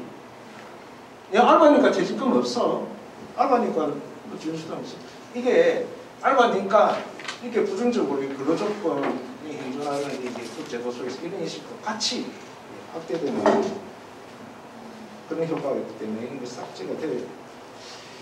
퇴직금 같은 경우에도 초단시간 근로 노동자들 같은 경우는 퇴직금의 제도 적용이 되지도 않습니다. 고용보장 같은 경우에도 기간제 노동자에 계속 2년 썼을 때는 이제 무기계약 노동자로 이제 간주되는데 초단시간 노동자 같은 경우는 그렇게 그거 적용 안 돼? 적용 안 됩니다. 그래서 ILO 175호 협약을 제가 적어놨는데 이렇게 기본 협약에도 반하는 현행법 제도 삭제가 바람직합니다. 금방 이런 근로조건, 핵심적인 근로조건이 배제되다 보니까 어떤 효과가 생길까요? 초단시간을 계속 쪼개고 싶은 유혹이 생기는 거예요. 상인자들 같은 경우에는. 초단시간을 계속 하는데 이런 고대로 들고 있어요. 노동 강도를 강화시키고 초단시간. 그러다 어쩌다가 보면은 이제 초과 근로가 한다 하면은 초과 근로 수당을 주어도 소정 근로 시간 초과 시간을 해놨기 때문에 일단은 주휴 수당이든 뭐 연차 휴가든 뭐 이런 것 다 법적으로는 일단은 적용을 배제시키는 속에서 실 근로 시간을 필요할 때 말시킬 수도 있는 것이고 그러한 이제 유혹이 생깁니다.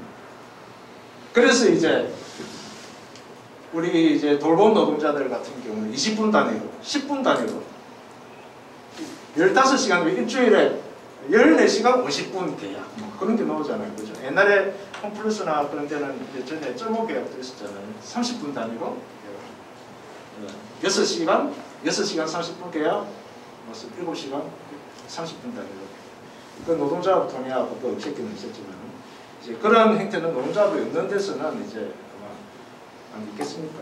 그리고 이제 초단시간 근로자 사회보험에서도 배제되고 있습니다. 산재보험을 제외하고 나머지는 배제되고 있습니다. 물론 단수조항이 좀 있기는 한데 원칙적으로 배제되는 거라 전제를 해서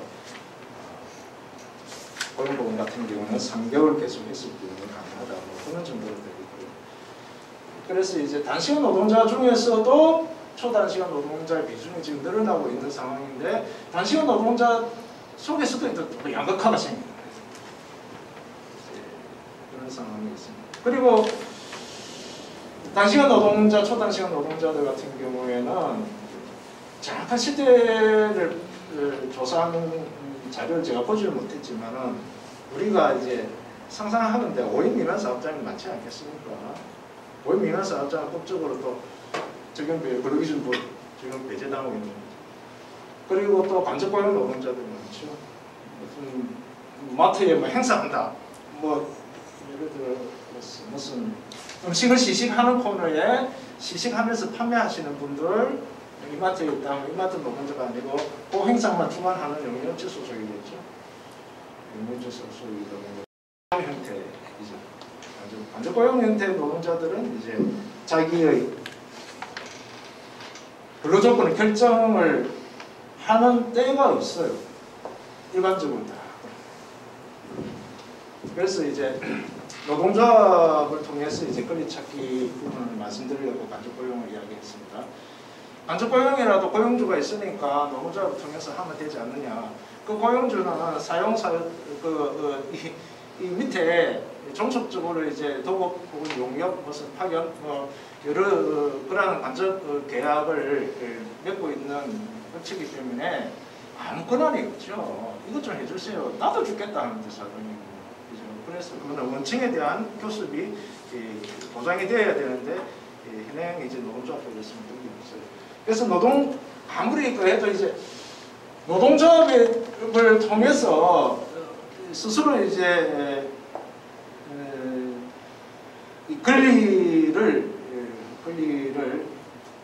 찾아 나가는 모습이 아주 확실한데 개별적으로 조건을 법 제도적으로 개선을 한들 안 지키지는 실태조사는 계속 유지가 되는 거죠.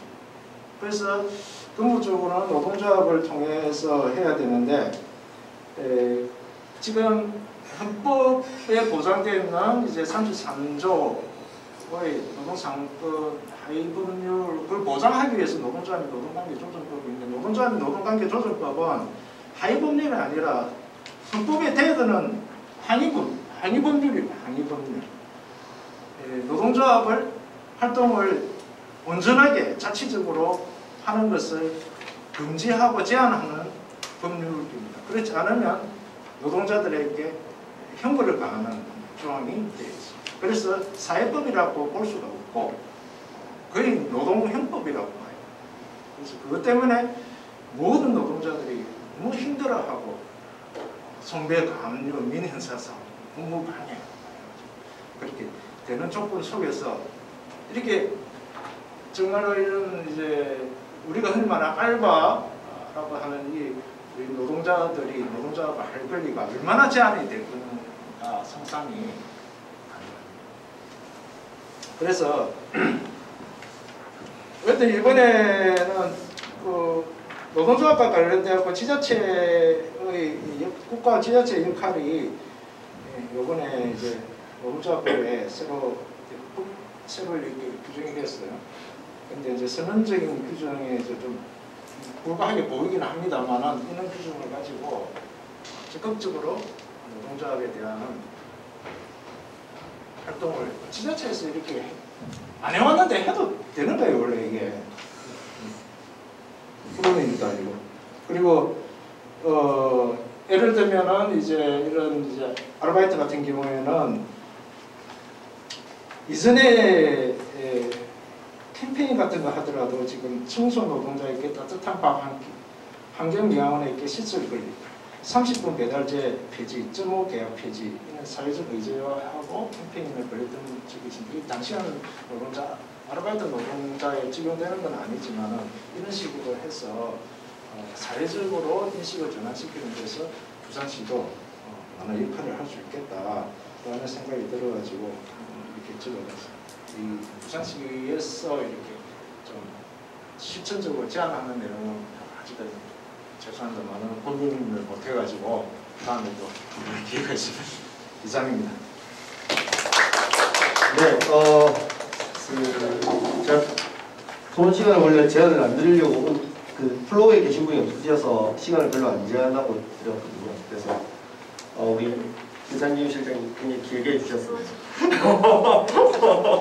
네, 마지막입니다. 네, 그 이제 6년 동안 사실 같이 2016년부터 같이 움직이신 걸로 알고 있습니다. 우리 범이나 부산참여연대 시민권리본부장님께서 마무리 토론을 드리겠습니다. 네, 안녕하십니까. 저는 참여연대 시민권리본부장이고 노무사로 활동하고 있는 홍민아 본부장입니다. 먼저 항상 매년 실태조사 분석 위해서 바쁘신데도 고생해 주시는 유영균 교수님께 감사드리고요. 제 통문에는 윤이라고 적혀 있는데 제가 바쁘게 적는다고 실수를 했습니다. 유영균 교수님께 감사드리고요. 그리고 이제 올해는 부산노동권익센터와 부산청년유니언과 함께 청년대가 부산 지역 청년알바 실태조 토론회를 이제 같이 하게 되었습니다. 그래서 굉장히 뜻깊게 생각하고 있고요. 그래서 부산 지역 사실 청년알바 실태조사는 2016년부터 진행을 꾸준히 매년 어려움이 있었지만 빠지지 않고 했고요. 그래서 2020년까지 딱 올해로 5년째를 맞이했습니다.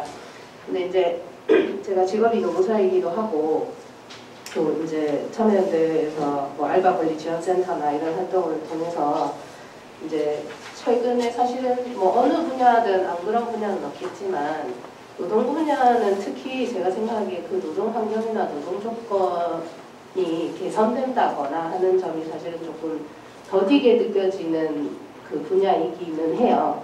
그래서 그렇지만 그럼에도 불구하고 조금씩 변하는 부분이 노동 환경에서 많은 변화가 있었고요.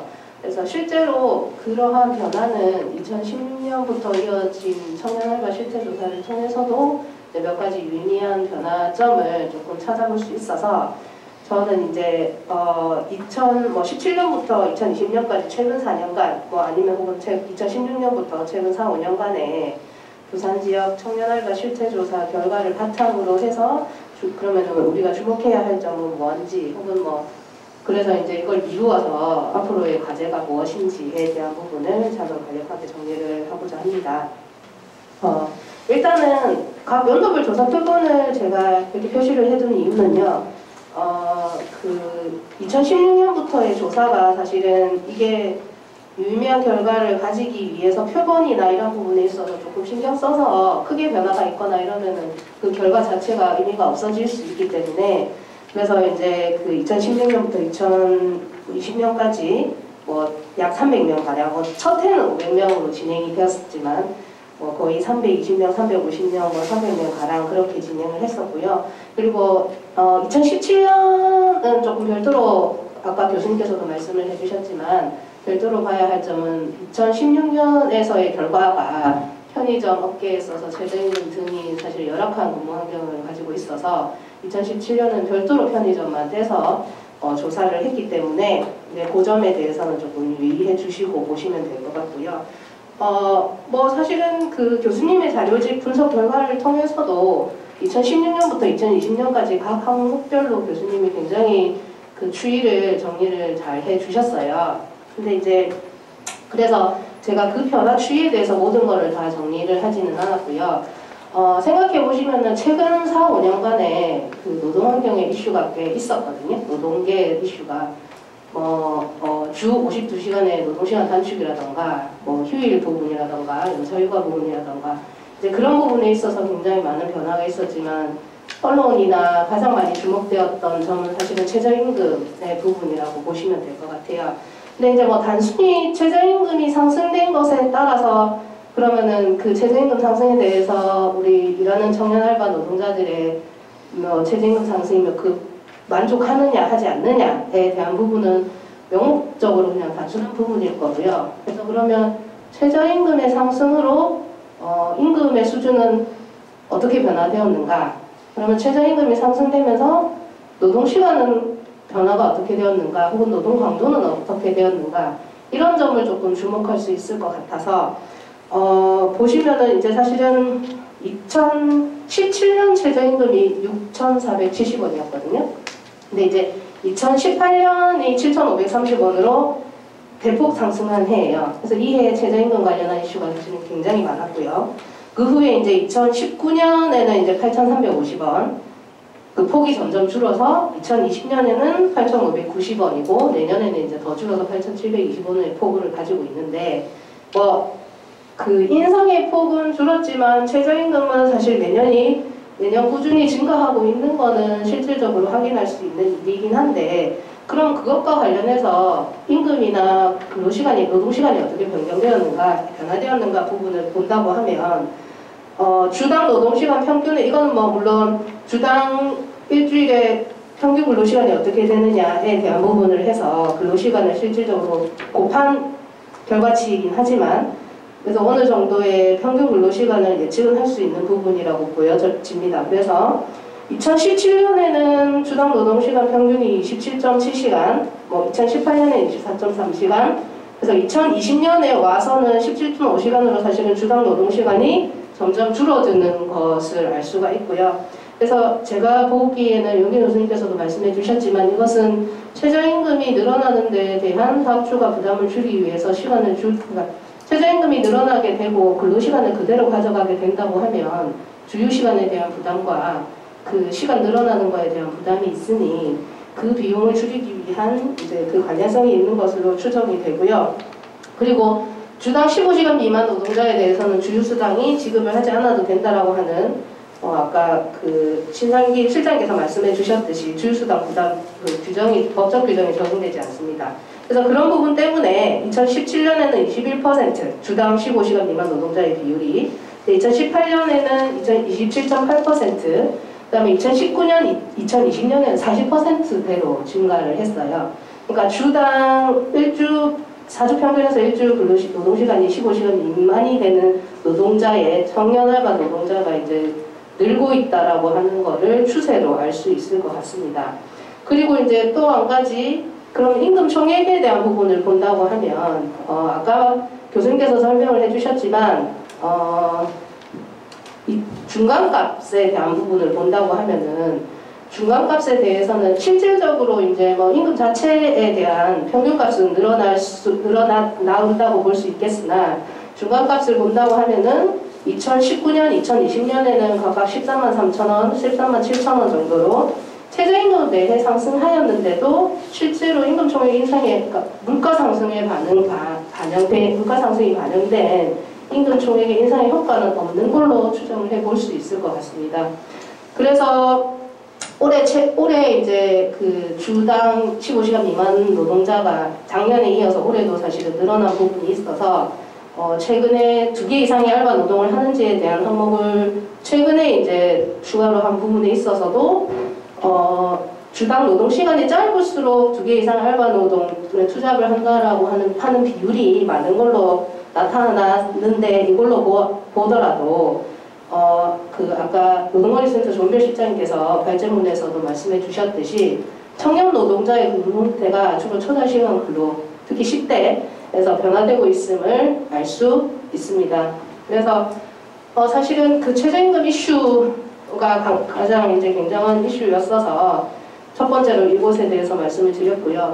저희가 5년간 조사를 하면서 그러면은 긍정적으로 볼 수 있는 사안들이 무엇인가에 대해서도 정리가 필요할 것 같아서 긍정적으로 볼 수 있는 점을 본다고 하면은 사실 이거는 최저임금 미만을 지급받는 청년과의 비율이 점점 줄어들고 있는 점, 당연히 최저임금 이상, 최저임금은 이제 그 기본적으로 최저 이만큼이고 그 이상으로 받아야 되는 게 당연한 부분이긴 하지만 기존에는 최저임금에 대한 개념이나 최저임금은 적어도 지급을 해야 된다라고 하는 인식 자체가 거의 이제 조금 없었다고 하면은 점점 이제 그런 인식들이 늘어나고 있어서 최저임금 미만 지급받는 청년알바 비율이 줄어들고 있다라고 하는 것과 그 다음에 이제 근로계약서 작성하는 부분에 있어서도 이게 교육효과인 것인지 아니면 어떠한 사업장 내부적으로 여기 프랜차이즈업이 요즘은 또 많아지기도 해서 내부적으로 어떠한 교육이나 이런 부분이 있어서인지는 모르겠으나 근로계약서 작성에 대한 부분이 사실은 2017년과 2018년에는 40% 선이었는데 2019년에는 50% 그리고 올해는 10% 더 증가해서 60%로 증가를 한 걸로 알 수가 있습니다. 네, 그렇고요. 그리고 부당한 대우가 있을 때 어떻게 대처를 하는지에 대한 부분도 그 교수님께서 표로 정리를 막대 그래프로 정리를 해주셔서 굉장히 결과를 잘 볼 수가 있었는데 그 2016년에는 일을 그만둔다라고 하는 응답한 비율이 많았지만 갈수록 갈수록 일을 그냥 그만둔다라고 하는 비율은 줄어들고 관이나 이제 어디 기관에 신고를 해서 적극적으로 대처를 하겠다라고 하는 응답 비율은 사실은 점점 증가하고 있는 걸 볼 수가 있습니다. 그래서 이것과 이제 연계를 해서 본다고 하면 한 가지 더 유의미하게 볼 점은 노동인권 교육의 경험 여부에 따른 인식의 변화인데요. 2019년에 노동인권 교육 활성화 조례에 의해서 직업계고에서 노동인권 교육을 의무적으로 시행을 하고 있거든요. 그래서 그런 부분에 있어서 이제 그 10대 청소년 그리고 졸업한 20대 청년들이 노동인권 교육을 받은 적이 있다라고 답변하는 비율이 이제 2019년, 2020년에는 36.8%, 35.1% 비율로 30% 이상의 비율로 이제 교육을 받았다고 답하고 있고요. 그래서 이제 노동인권 교육이 그러면 노동자의 인식 개선에 도움이 되는지에 대한 부분도 뭐 부당한 대우에서 적극적으로 대처하겠다라고 대답하는 비율도 점점 늘어나고 있는 걸로 봐서 노동인권 교육이 노동자의 인식 개선에 도움이 되는 걸로 유추해 볼 수 있을 것 같습니다. 그래서 아까 그 의원님께서 말씀해 주셨듯이 현재는 직업계 교육에서 노동인권 교육을 이제 의무적으로 시행하는 걸로 그것도 1년에 뭐 한 학기에 몇 시간 정도 이 정도지만 사실은 뭐 인문계고든 직업계고든 청년 그 친구들이 다 이제 졸업을 하면 청년 노동자로 유입이 되는 거는 사실이니 이 교육이 부산시든 혹은 부산시청에서든 이제 더 확대해서 노동인권 교육이 더 확대돼서 시행이 되어야 되는 것 같고요. 그리고 사실은 이제껏 저희가 2016년에 실태 조사를 시행하면서 이제 뭐 좀 중점적으로 뒀던 부분은 최저임금과 임금 부분이 사실은 조금 어떻게 더 생활적인 면에서 더 나아질 것인가 뭐 그런 부분을 사실은 집중했었었는데 지금 현재로서는 그것과 더불어 당연히 그것도 더불어 근데 이제 아까 그 사무장님이 말씀해 주셨듯이 노동환경의 변화 그리고 일하는 장소의 변화도 지금 현재로서는 코로나19 상황에서 필요할 것 같다는 생각이 들고요. 그리고 이제 휴게 시간이나 식사 시간을 제대로 보장받지 못했다거나 성희롱이나 고객의 갑질이 있다거나 이런 부분에 대해서도 이제는 같이 생각을 해서 그러한 것들이 유의미하게 노동 환경의 변화에 적극적으로 좀 긍정적으로 변화를 이루도록 그렇게 개선이 되도록 이제 그게 또 하나의 과제로 남은 것 같다는 생각이 듭니다. 네, 이상입니다.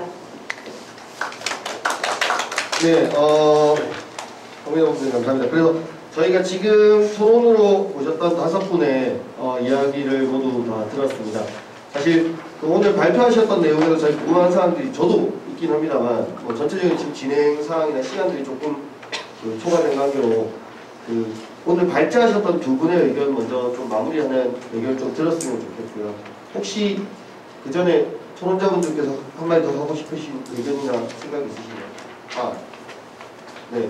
형식상으로 물었는데 한 분이 손 드셔가지고 네. 우리 참여연대 양미숙 차장님. 네. 가야 될 것이 있어서 말씀드리겠습니다. 뭐 시간이 없으니까 저도 사실 4시부터 또 회의거든요. 그래서 빨리 가야 되는데도 불구하고 저희가 좀 이제 오랜 기간 사실 어렵게 참여연대가 돈도 없는 시민단체가 한다고 되게 세가가지고 그러는데 거기에 우리 유영경 교수님이 너무 잘 도움을 많이 주셔서 지금까지 온 것 같습니다. 근데 제가 이제 좀 살펴보니 올해 조사는 대부분 조금 모든 환경에 있어서 긍정적으로 약간 좋아지는 듯 한다는 게 있어요. 근데 조금 나빠진다 하더라도 그 퍼센티지 자체가 심각하게 올라가는 건 없다는 게 전반적인 추인 것 같습니다. 근데 이제 두 가지 점에서 이제 최저임금 미만 비율과 거기 33쪽에 보면 편의점 업종의 최저임금 위반 추이가 약간 증가하고 있다는 점이랑 고객으로부터 부당한 대우를 받았다는 게 올해 되게 많이 늘어난 것 같아요. 그래서 이걸 무슨 다른 사회 현상으로 봐야 될지 다른 건 비슷하나 조금 좋아진 측면이 있는데 이런 걸 좀 어떻게 봐야 될지 궁금한데 하여튼 한번 고민해 주시면 좋을 것 같고 그 다음에 이제 부산시 제가 좀 드리고 싶은 말씀은 그 토론문에 보시면 65, 60 이쪽에 있는 알바 실태 조사는 이게 부산시가 한 게 아니고 부산 참여연대가 한 걸 말하시는 거죠? 혹시?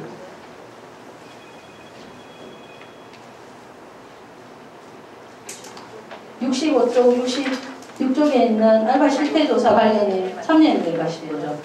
아까 말씀드린 것처럼 저희가 그렇게 힘들게 하니까 좀 주체를 꼭 표기해 주셨으면 좋겠습니다. 저희 이거 500만 원 구하는 거 정말 쉽지 않거든요.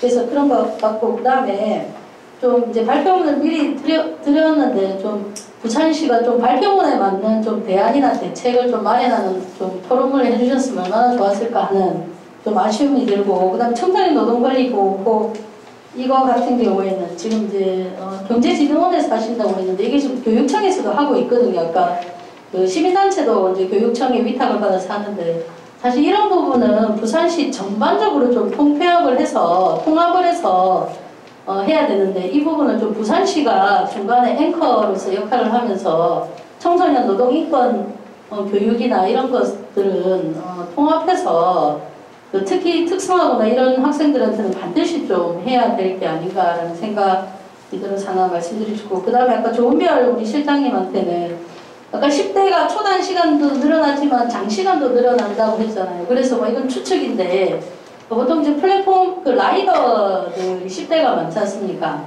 이들의 이제 노동 시간이 코로나에 비해서 확 늘어난 건 아닐까 코로나 때문에 좀 뭐 특별한 문제일 수도 있는데 하여튼 라이더의 어떤 노동 시간이 많이 늘어나서 그런 거 아닐까 하는 추측을 해봅니다. 이상입니다. 네, 그 사실은 시간도 시간이지만 저희끼리 나눠야 되는 사항 꼭 있어야 되는 거라서 좀 주셨다는 게 감사드립니다. 아마 충분히 서로 동의되는 사항일 거라고 생각됩니다. 그러면 다시 유영구 교수님과 조은별 실장님의 마무리 멘트를 좀 부탁드리겠습니다. 예, 굉장히 그 좋은 말씀들 토론 통해서 많이 들었습니다. 저도 이제 새롭게 알게 된 것들이나 또 분석 통계 분석 결과를 해석하는 데 있어서 이제 제가 놓쳤던 부분 이런 것들도 많이 좀 지적해 주신 것 같습니다. 제가 이제 일일이 다 모든 걸 다 답변을 드리고 하기 좀 어렵고요. 제가 볼 때 이제 몇 가지 중요한 부분 한 서너 개 정도 말씀드리겠습니다. 분명히 이제 점진적으로는 아마 개선의 어떤 그 추세가 보이긴 합니다. 근데 그 원인이 무엇인가에 대해서 이제 글쎄요. 지금 이 조사만 가지고서는 정확하게 말씀드리기 많이 어려운데 저는 이제 물론 그게 인식의 개선이랄지 아니면 교육의 효과랄지 이런 것도 있는 것 같은데 저는 분명히 그런 게 작용한다고 생각하는데 뭐냐면은 근로기준법이라든지 최저임금법을 상시적으로 위반했던 업체들이나 업주들이 시장에서 많이 퇴출된 것도 분명히 저는 있을 거라고 생각합니다. 최저임금이 한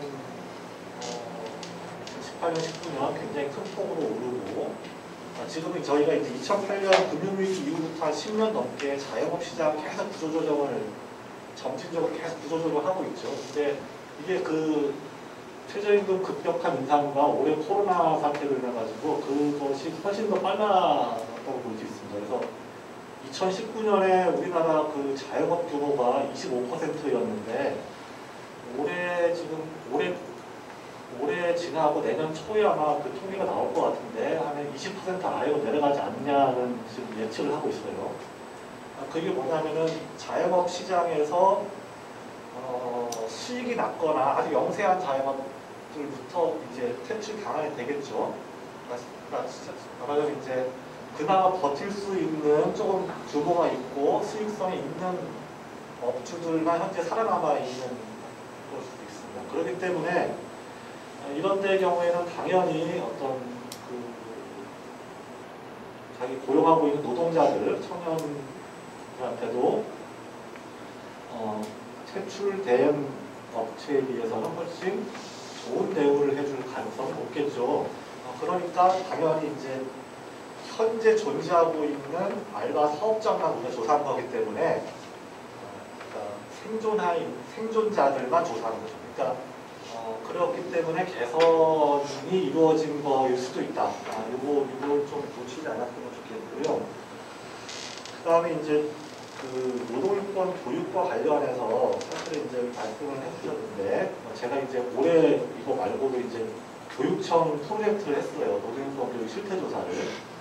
그리고 얼마 전에 보고서가 나왔는데 학생들 한 10,000명 이상을 교사들도 한 1,000명 이상을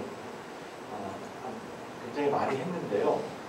보면은 지금 말씀하셨듯이 교육청 조례를 통해 가지고 직업계 고등학교 학생들은 학기당 2시간씩 의무화 돼 있어요. 그래가지고 노동인권 교육 강사단들이 학교로 찾아가는 노동인권 교육을 하고 있습니다.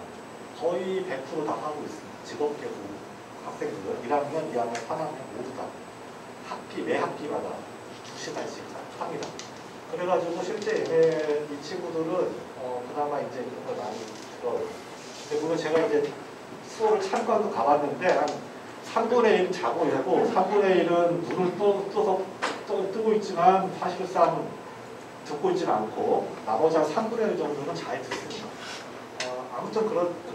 아무튼 이제 그래서 매년 이렇게 하다 보니까 반복적인 학습이 있어서 아이들이 아주 기초적인 내용들은 알고 있고 또 그 다음에 이제 알바하다가 돈 떼먹히면 어떻게 될지도 대부분 다 사실은 알고 있습니다.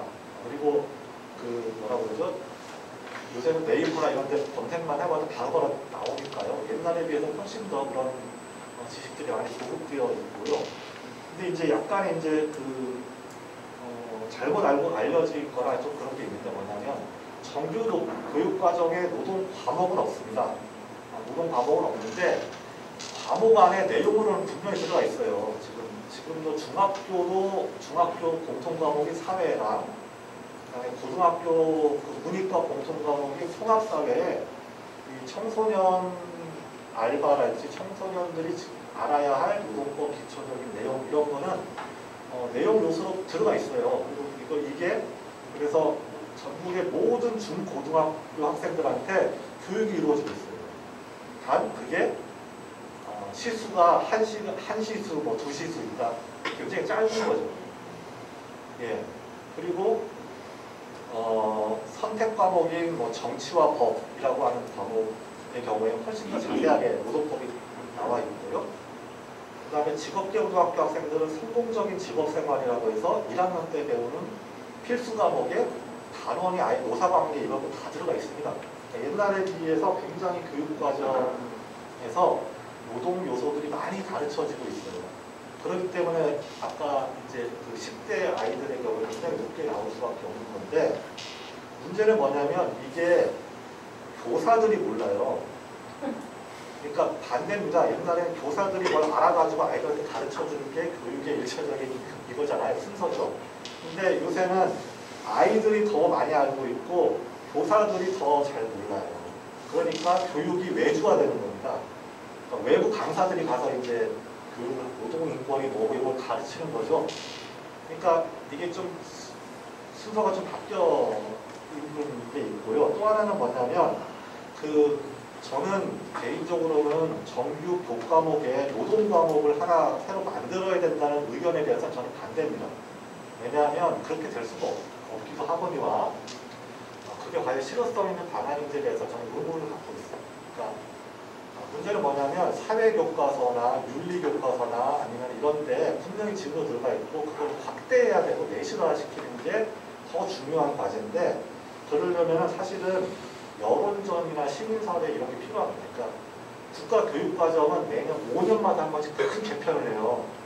근데 이게 2022년 교육과정 개편을 앞두고 있어요. 지금부터 논의가 하고 있습니다. 저 위에서는 지금. 저는 잘 모르지만.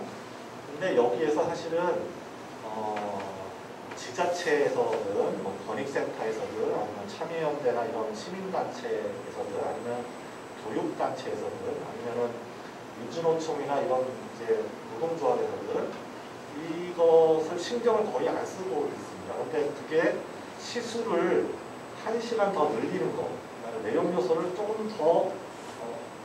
조금이라도 더 이렇게 높여내는 게 사실은 우리가 뭐라고 그러죠? 근로기준법이나 최저기준 이런 것을 상향시켜 나가는 데 있어서 굉장히 큰 인프라가 될 겁니다. 그래서 이거를 저는 노동조합에서 나오셨고 시민단체나 이런 데 나오셨는데 그걸 굉장히 좀 신경 써서 여론전도 하고 공청회도 하고 좀 해야 될 거라 생각하고요. 아니면 이거 진짜 일부 그 명망 있는 교육학자들만의 어떤 그 일실에서 이런 것으로 다 될 수 있으니까 필요할 것 같고, 그 다음에 이제 저는 이 알바 노동시장을 좀 개선시켜 나가는 데 있어서 중요한 것 중에 하나가 이제 사전적 예방 조치들과 관련해서 사업주들에 대한 교육이나 홍보 캠페인이 저는 굉장히 중요하다고 봅니다. 실제로 한국노동교육원에서 2018년도부터 사업자 단체를 상대로 한 교육을 하고 있어요. 예를 들어서 프랜차이즈 협회랄지 외식업 협회랄지 이런 데하고 MOU를 체결해가지고 시장에 처음 이제 들어오시는 분들 있잖아요. 이런 사람들을 상대로 대면 강의도 하고 그다음에 사이버 강의도 하고 그래서 이제 그런 걸 합니다. 근데 그때 저는 그 근로기 계약서 작성률이 높아진 현상들이나 이런 것들이 저는 그거하고 조금 관련이 있다고 봐요. 그렇기 때문에 이것은 근데 이제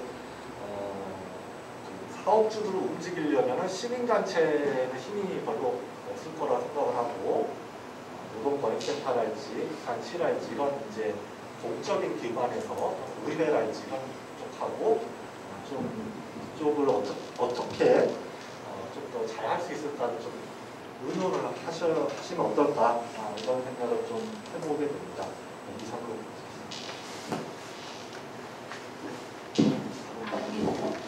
네, 저도 똑같이 교수님 말씀처럼 잘 몰랐던 부분들이랑 이런 부분들을 토론을 통해서 많이 좀 배운 것 같습니다.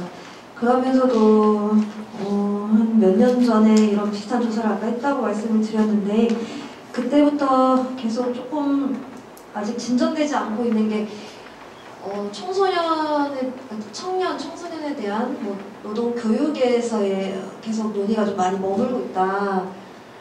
근데 사실은 그게 제일 우리가 할 수 있는 손쉬운 방법이기도 하잖아요. 근데 어떻게 따지고 보면은 노동자들한테는 계속 교육을 시키는데 사업장에 변화가 없으면은 사실상 의식만 높아지고 부당한 대우를 받았을 때 금방 뛰쳐나오고 오히려 그러면 여기선 일하지 말아야겠다 이렇게 하면서 지역을 떠날 수도 있는 거고 아예 부산에 대한 안 좋은 기억들이 생기면은 이런 좀 악순환들이 좀 계속 되는 것 같아요. 그리고 청소년 여기 알바 실태조사에서도 보면은 사업주에 대한 처벌이 가장 좀 원하는 청년분들이 원하는 걸로 좀 많이 뽑혀 있는데 이거는 그동안에 청소년 아르바이트 실태나 아니면 노동 실태 조사했을 때도 제일 많이 나오는 부분입니다. 사업주 처벌과 사업주 교육에 대한 기한 것들은 그래서 그런 이제는 사업주에 대한 우리가 뭔가 정책들을 좀 더 적극적으로 먼저 선도적으로 좀 하지 않으면 이 토론회가 다음에 몇 년 뒤에도 똑같이 교육에 대한 이야기 끝나고 또 사업주에 대한 불만이 높다 해서만 좀 멈출 것 같다는 생각 많이 좀 들었고요. 그런 의미에서 아까 조사 중에서 근로계약서 위반이 좀 나아졌거나 이런 노동조건이 나아진 게 교수님께서 아마 코로나 때문에 지원금을 받으려고 할 때 이런 조건들이 좀 있어서 좀 그런 영향들을 받지 않았나라는 그 분석이 굉장히 저한테는 이런 게 하나의 좀 돌파올 수 있겠다 라는 생각이 좀 들었습니다. 아까 책을 한 권 읽었다고 했는데 거기서 보니까 제가 생각했던 것보다 기업에 들어가는 대출금이라든지 국가 공적 자금 지원금들이 생각보다 좀 있는 것 같아요. 물론 서비스직의 이 작은 사업자들은 좀 그의 비율이 적겠지만 그래도 뭐 소상공 들어가고 있잖아요.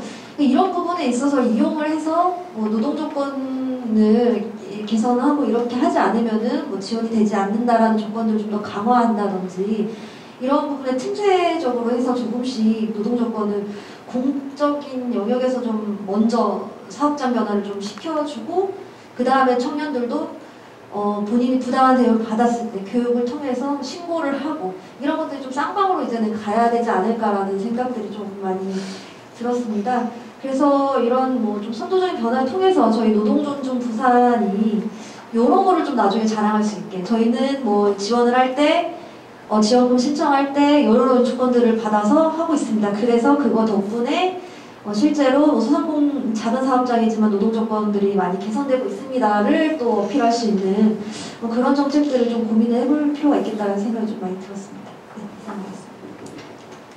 네, 두 분 발표자분께 다시 한번 박수 부탁드리겠습니다. 네. 아마 다들 하실 말씀이 좀 많으실 것 같습니다. 그런데 시간상 다 기회를 못 드리는 점 죄송하다고 말씀드리고요. 저도 사실은 궁금한 게 좀 있었는데 전혀 이야기를 할 수 있는 상황이 안 돼가지고요. 보시면 알겠지만 저희 처음에 좀 말씀드렸던 사항이었는데 코로나에 대한 부담감을 가지고 있으면서도 청년들은 지금 알바 시장을 그대로 유지해야 되는 알바에 참여하고 있는 상황이 분명히 드러났다는 것도 확인됐어. 저는 개인적으로 그 부분도 관심 있게 봤던 부분이었고요.